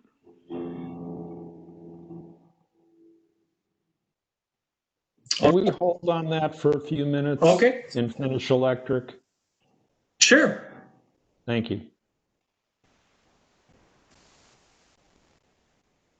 And I guess just before we jump off, so Dan, I hear you don't want that in there, but I am a commissioner. I am requesting. No, Jeff, I wasn't saying we shouldn't. Okay. I'm just saying, I think we're getting past the point, but it's fine. I can request information, and I just wanted to make sure that FCS heard us that should be in the chart next time. Thank you. All right. Sure. Yeah, we've had it before. Around, we wanted to focus on folks that are like you. So the next time around, we'll add them to this list as well. Absolutely, and I appreciate that from managing our utility, we should be looking at utilities like us. It's only just to remember where we were. Thank you very much. Great.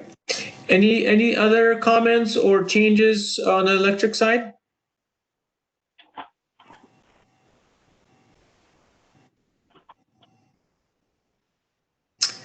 Hearing none, I think I'm going to go back to the water scenarios so Paul can just quickly run through that additional scenario that he ran, and then after that we'll be home free, so to speak, and finish up the discussion. All right, sorry for all the scrolling. So we're back on slide 10. These are original scenarios. Just a refresher, we're focusing on scenario 2, modification. Currently, this one looks at a $5 smaller-ish moderate increase in 21, and then getting to baseline in 22 and thereafter. The scenarios he originally ran had additional direction and increased those 18% slightly, and then the 9.25 slightly. So this new one tries to smooth out the first 3 years. So Paul, go ahead. Sure. So this smoothed out approach, what we're able to do is we're looking at 4 years of 15%, starting in 2021 in that shoulder month or shoulder season. So it is a bit of an increase in 24 above the 9.25, but it enables us to have a nice smooth 15% in those 4 years. Thereafter, we'd be looking at about 6.5%. And so what that would also allow us to accomplish is by the end of this period in 2030, we would not be reliant on that line of credit to meet our operating reserve. If we still wanted to rely a little bit on that line of credit in order to meet the operating reserves, we would still need the 15%, but that 6.5 could come down to 6%. So it would be a slight decrease on the back end in that case.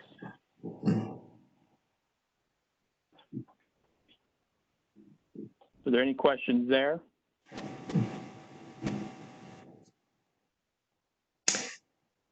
any preferences, smoothing out front end, 4 years of 15s, or this staggered approach, and then followed by 6s, or the staggered approach, $5, which is about almost 12%, followed by 18s and then 9s? What are your thoughts there?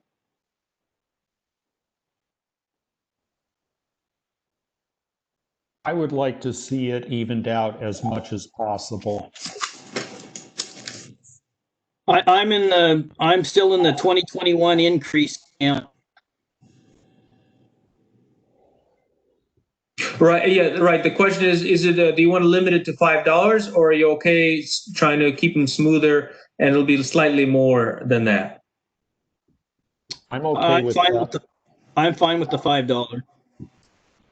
So Ken wants to make it so if you evened it out, we're looking at 4 years at roughly, I can't even do the math on this, but it's going to be like $7 a year or $6.50 a year instead of $5 a year. Is that what we're talking about?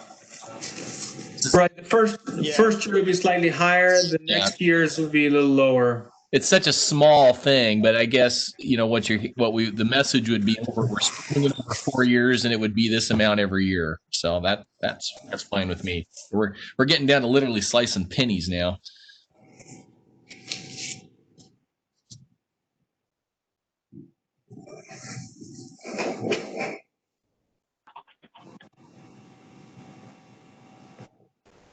And I think it's kind of up to you if you want it to be 4 years of the same amount. Okay. So we'll hear in that direction. We'll kind of reconvene with staff and Kevin internally, and we'll just go with one of the approaches. But it sounds like you're fine with either a 5 or a smooth out option, just because, again, we're doing something in 21 and continuing there. Okay, that's great. That's yeah. I think we're at the point where staff should get a little bit of input and let them figure out what works better for them. Okay. So with that, that gets us to the end of the presentation. So in terms of next steps, again, we're in September. We're finalizing the revenue requirement through our discussion today. Our goal is to get you cost of service and poll attachments. We've been working on the poll attachment fee update as well. So we'll have draft information of that hopefully during the next board presentation. And then rate design around October, November time period would be ideal, depending again on the direction that we get for step 2. So we really, really appreciate your time. This was really helpful to move the progress along. Now we can strictly focus on cost of service and showing you what equity looks like with that second step of the study process. Thank you, Sergey and Paul. Great job. Thank you. Thank you. Thank you. All right. Well, if there's nothing else, everybody have a great day. Thank you, Sergey. Hey, I have something for the board and for Kevin. I unfortunately have a hard stop at 12:30, and I have an appointment that I have to go to. So if we think this is going to go past 12:30, either I've got to call and cancel my other appointment. So I just want to touch base with Kevin on how long over he thinks this is going to go. And coincidentally, I also have a hard stop at 12:30. So I guess the question is, a few minutes before. So can staff manage to get us to ending at that point? Yes. Okay, thank you. Thank you.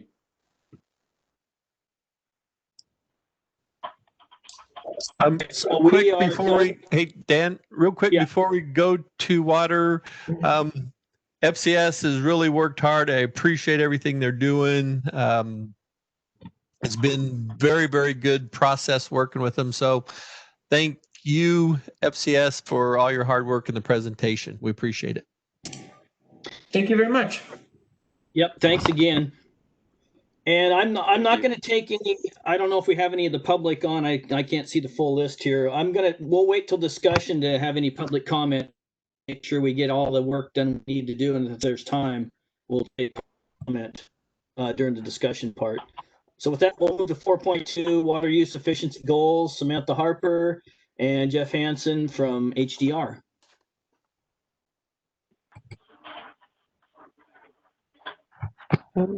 I am. My ability to share went away. It's. Is there any? Oh, I try to remember to, yes, through my Smart Hub app. Hold on. Okay, thank you, Will, for bringing it back. Okay, so we will, hopefully everybody could see the screen and the presentation that's up. We are going over the Water Use Efficiency Program Goals 2020 to 2025, and the presenter will be myself and Bill Graham. And I am Samantha Harper, just for the record. We will step through to kind of save some time. I'll step through our existing goals and the results pretty quickly so that we can get to the meat of what we're recommending for our new 6-year water use efficiency goals. And just a plug that all of the information is also online as well.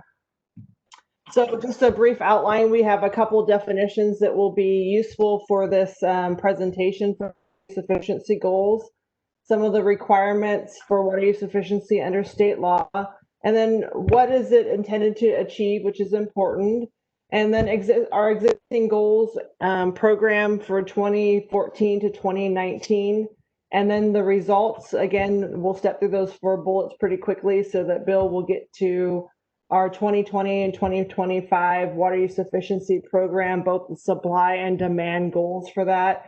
And then we'll wrap up about what's next and then some more discussion and hopefully a recommendation for moving forward with our program that we have outlined here. So the 2 quick definitions, I believe you've seen them in our last water presentations, but just to recap, the equivalent residential unit is an ERU, is a system-specific unit of measured use to express the amount of water utilized by a typical full-time single-family resident. And this is used quite heavily to set water use efficiency goals. The distribution system leakage, the DSL, is an amount of water lost to leaks expressed as a percentage of a total volume of water pumped from wells. So, and this is also a mandatory goal. So as you see here, requirements under state law is to establish a program with, and goals we are doing today, and we have in the past to evaluate and or implement. And you will see some of the evaluation that we have done of the past program.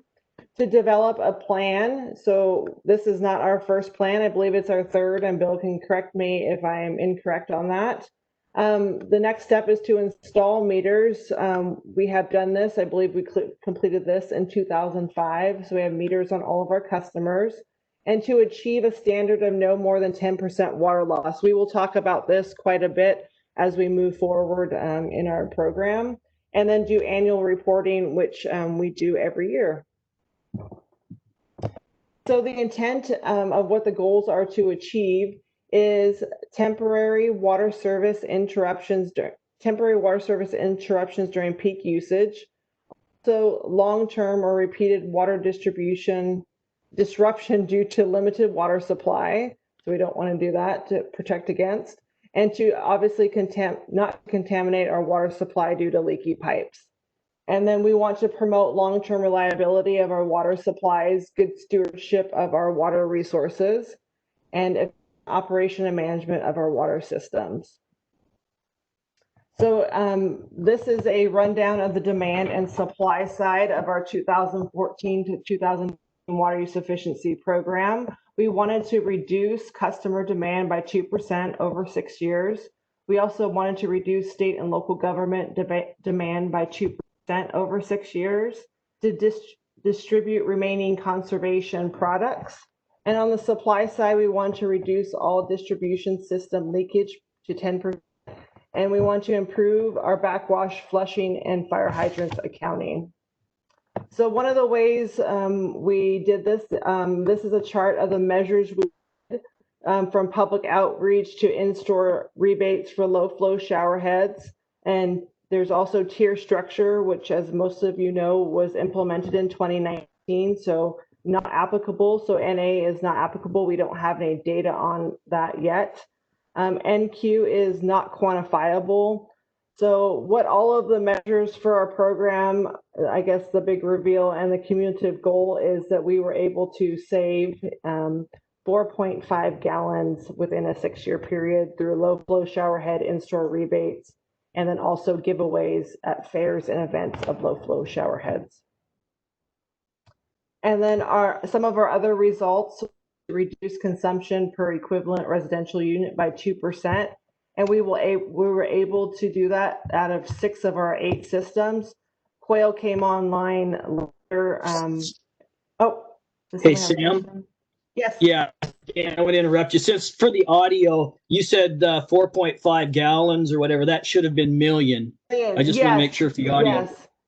Yes. Thank you for that. Yes, because 4.5 gallons is going to be that much. Yes. Yeah, do you want to? Yeah, do you want to? 4.5 million gallons. Yes, so our cumulative total over 2014 to 2019 for savings was 4.5 million gallons. Yes, thank you for that. No, that's okay. Thanks. So our next goal was to reduce all distribution system leakage by 10% to the 10% standard. And we were able to do that in 4 of our 9 water systems. And Bill will talk a little bit more about where we are with our DSL for our systems in the coming slides. And then also to reduce state and local government demand by 2%. And this goal was cumulatively achieved. And this target was really for irrigation for H.J. Carroll Park and Chimicum schools. And that was kind of the target for this goal of the reduction of government demand. And so now I hand it over to Bill to kind of go into our recommended program for 2020 and 2025. Thanks, Sam.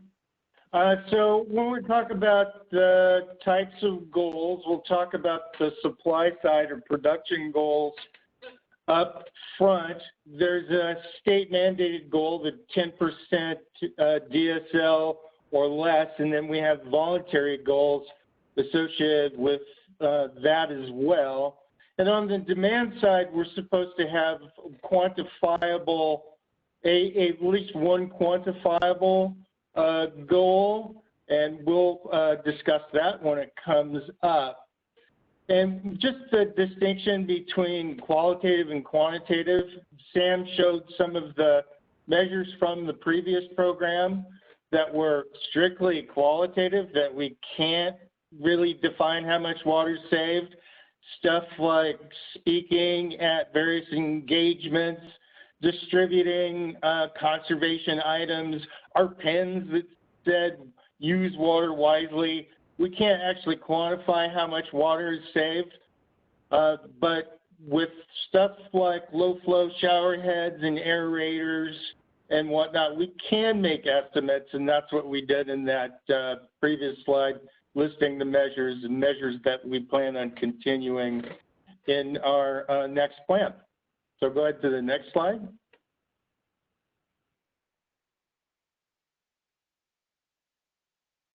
So supply side for us, that's production.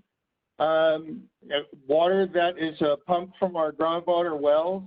Since 2017, we have been exclusively on groundwater. That was the year that we stopped receiving service from the city of Port Townsend. So we're 100% on groundwater. Reducing leakage helps us lower our need for production. So that's how we, one way that we can keep our production numbers lower.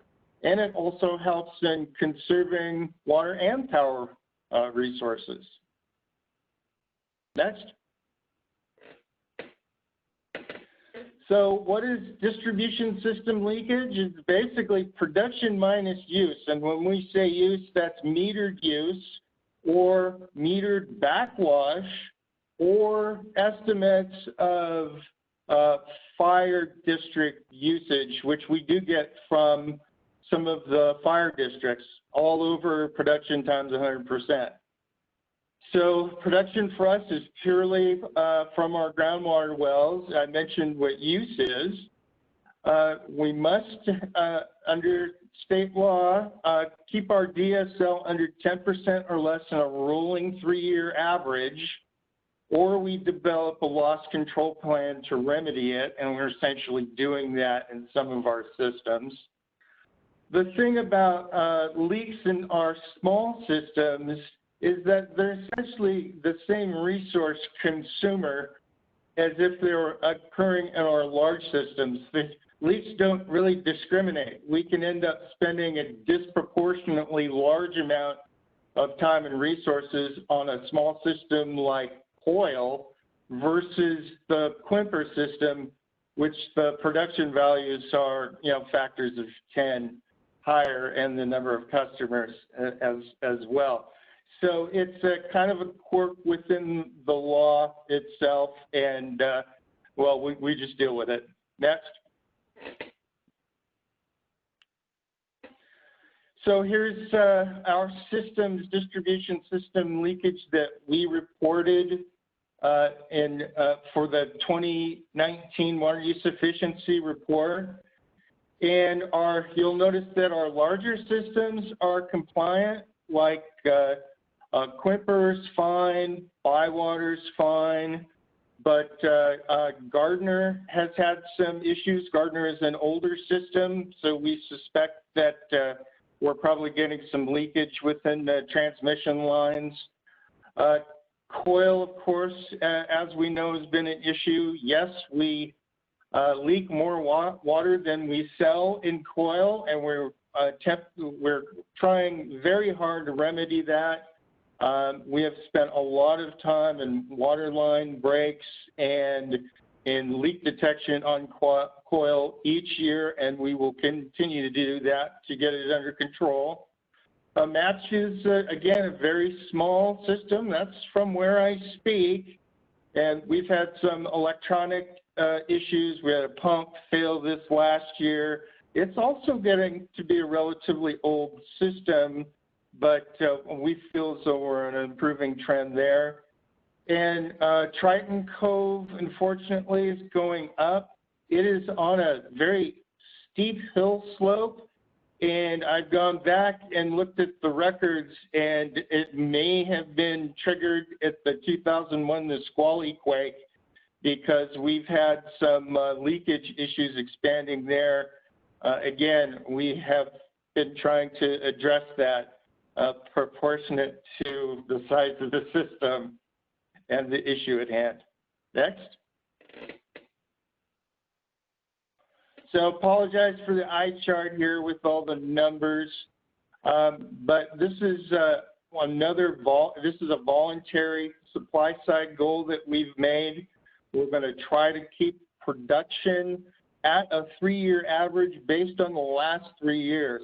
And it's interesting because we've had this proposal before to the board last year, but the numbers were 2015, 16, and 17. I strongly feel as though these years are representative of a near drought year, a normal year, and a wet year in that order, 2017, 18, and 19, until these numbers are achievable targets.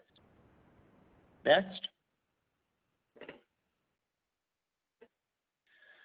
So our supply side goal recommendations for our new program in this updated water system plan is to maintain, again, our DSL percentage at or below 10%, calculated in the 3-year average. That's what we have to do. But for those systems like Coil, for instance, that are quite a bit higher than 10%, we want to reduce our DSL by 10% in the next 3 years, again, based on that 3-year baseline average. And then maintain water production at or below that 3-year mean. Basically, stay at that target. And most of our systems are non-expanding, so we feel as though that's an achievable goal.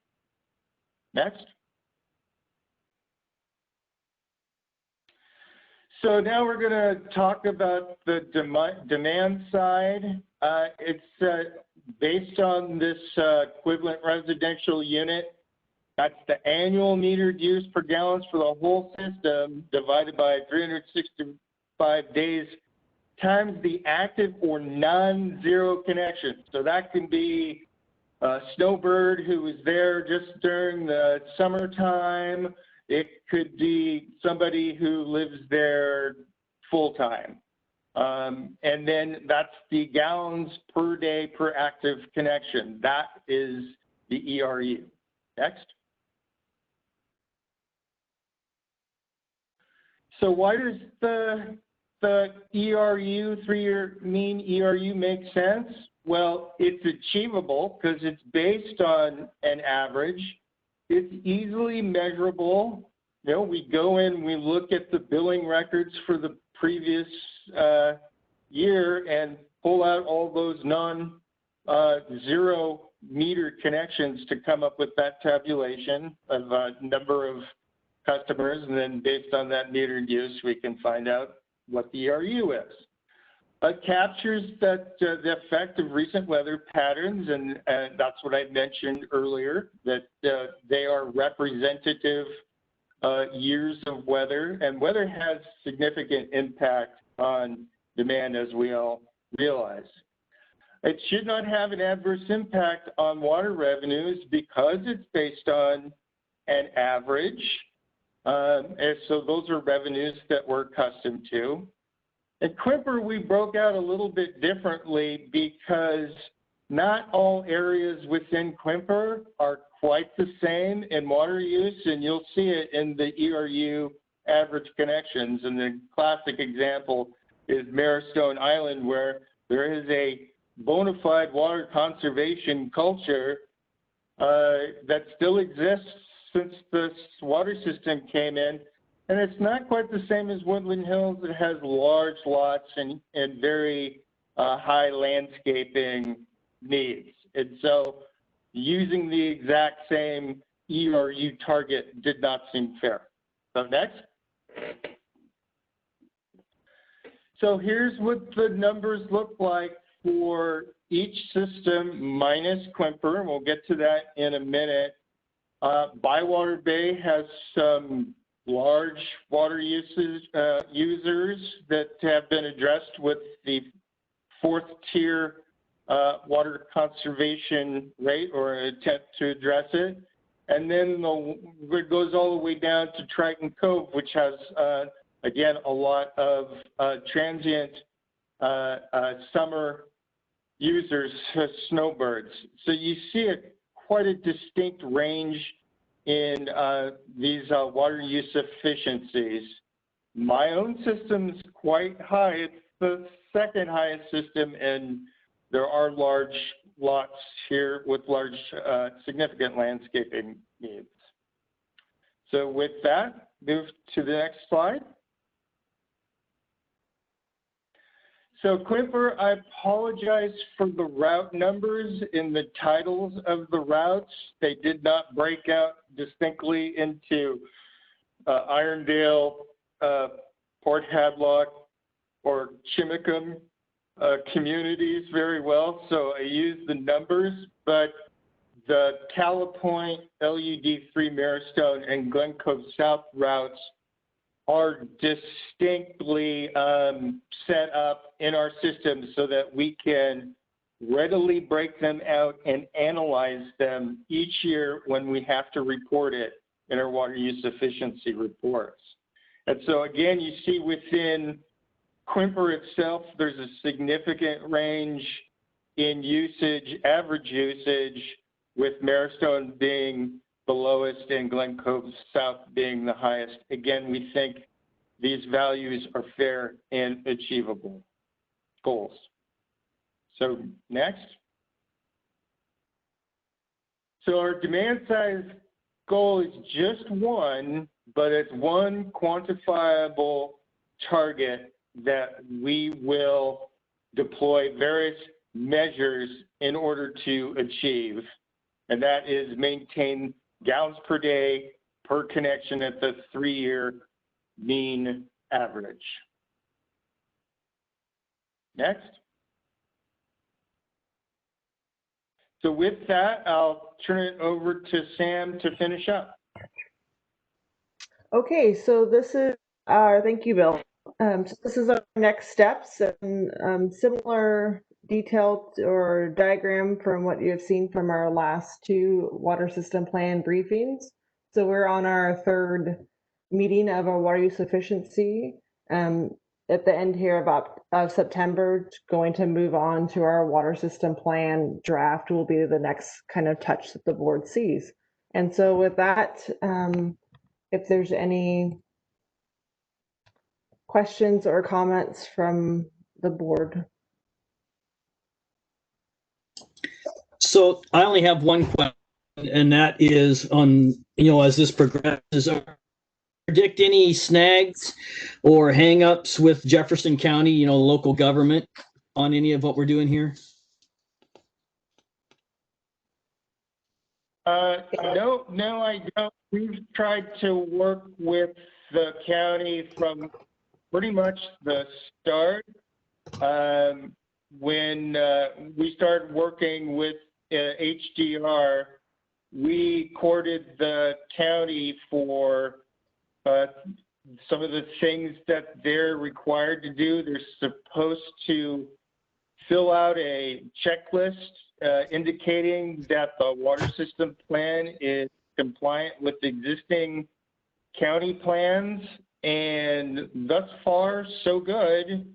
So if there's any specific county plan that I don't think we're fully consistent with, I don't know what that is. So they are up to speed. That's correct. Thank you.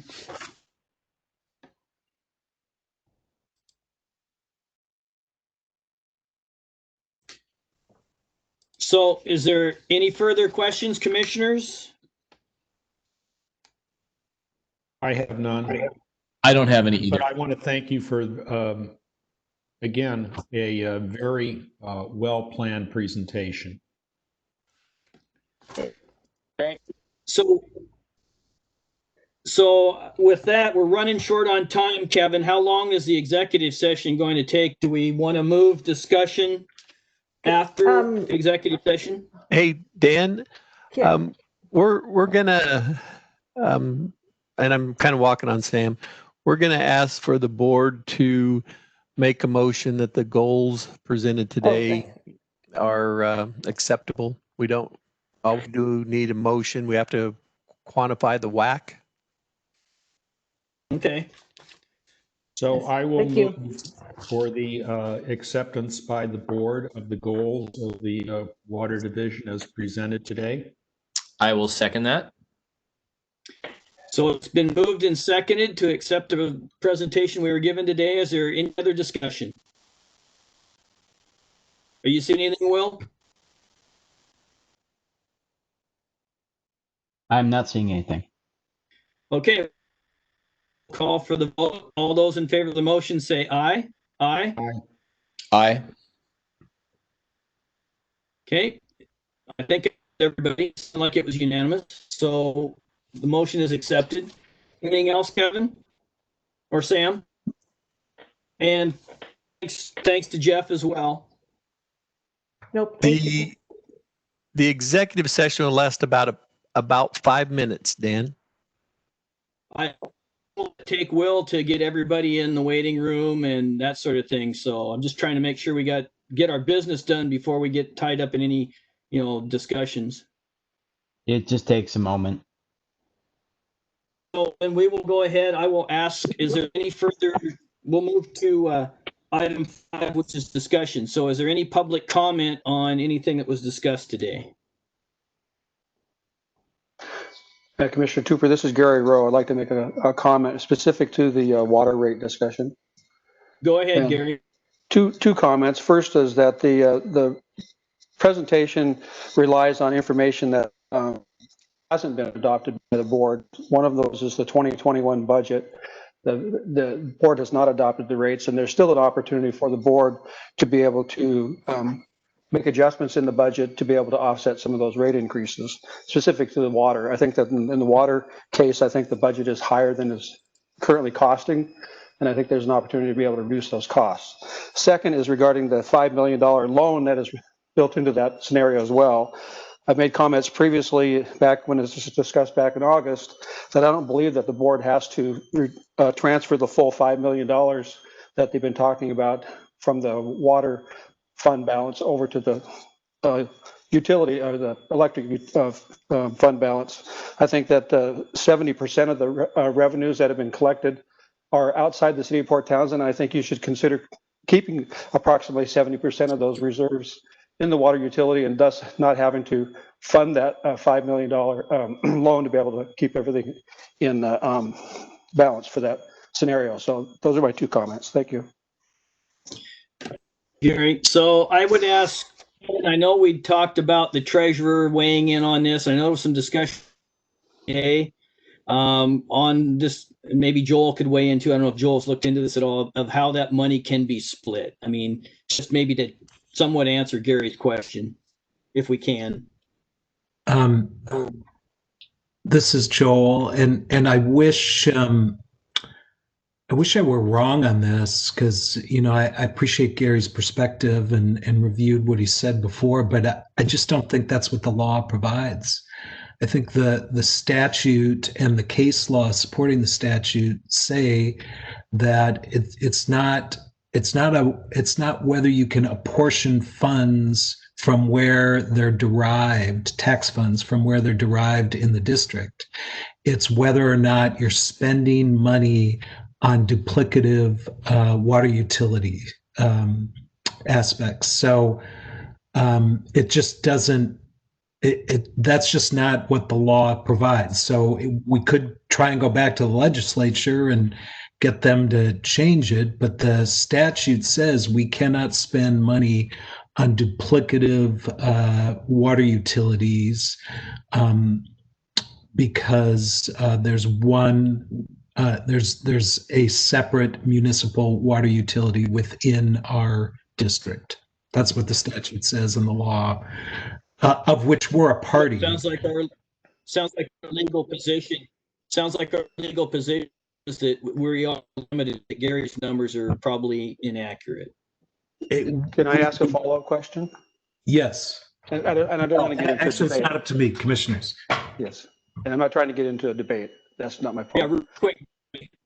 In the case law that was presented to the board, Schulberg versus PUD, there is a reference to a case in Whatcom County that specifically says that the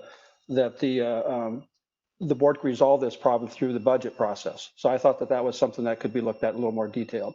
The second part is that I'll take another look at that. Yeah, thank you. The second part is that retroactively, the money that was allocated in taxes didn't necessarily go directly to the water fund until there was a change in the process when they got rid of the general fund and went to only the water utility and the electric utility. So in terms of going back and look at, I think that you could go back and look at how money were allocated in the past to see whether they were done within the law and not counter to the law.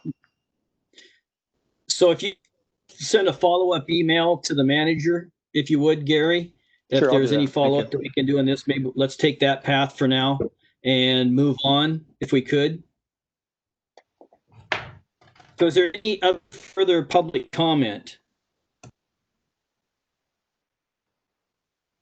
Hearing none, or any discussion by staff or anyone else? All right, hearing none, we will move on to item 6, which is the executive session. And I note that we have a little bit of a change on this. The RCW stated is not completely accurate. We will actually be looking at RCW 42.30.110 parentheses 1 paragraph C to consider the minimum price at which real estate will be offered for sale or lease when public knowledge regarding such consideration would cause a likelihood of decreased price. So that is actually what our executive session is aimed at, not a site or acquisition. So with that, are there any questions about the executive session? It is 12:10. If we could, I'd like to move forward with the executive session. Any other comments? We need a motion based on what you said. Okay, we need a motion. Dan, can you state that as a motion? So we need to recess into executive session per RCW 42.30.110 parentheses 1 parentheses C to consider the minimum price at which real estate will be offered for when public knowledge regarding such consideration would cause a likelihood of decreased price. So I would move that we take that action. I'll second that. It's been moved and seconded. Any further discussion? All those in favor say aye. Aye. Aye. So with that, to put us in, how long will we need? If I heard 5 minutes, but is that realistic? Should we go 10? It's now 12 p.m. 5 minutes. All right. So we will reconvene at 12:16. And with that, Will, if you want to put everybody else in the waiting room. Okay, Kevin, any staff that are supposed to stay? No, just Don, Joel, you can stay, Will, to monitor. That'll be fine. Okay.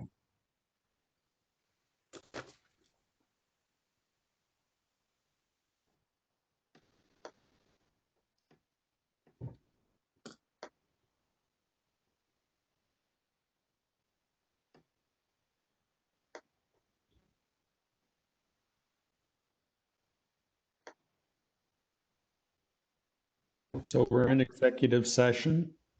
Not quite yet. We are recording, and then I'm going to admit everyone from the lobby.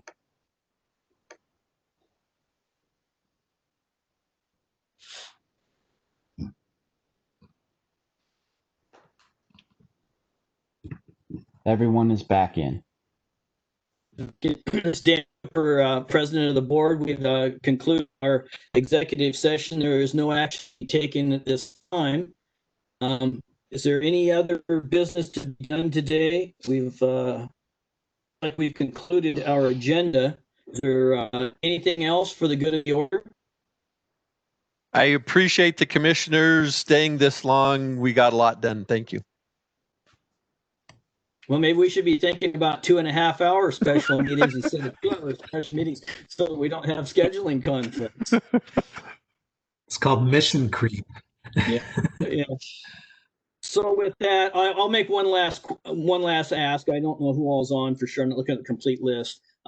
Is there any other comment relevant to today's discussions? Hearing none, it is 2:17, and I will put us into adjournment. Thank you, one and all. Thanks, everybody. Thanks, everyone. Thanks, everyone. Thank you. It is 12. Dan, it's 12:17. Yes. 2. 17. Okay. Clarification. Okay, we're stopping.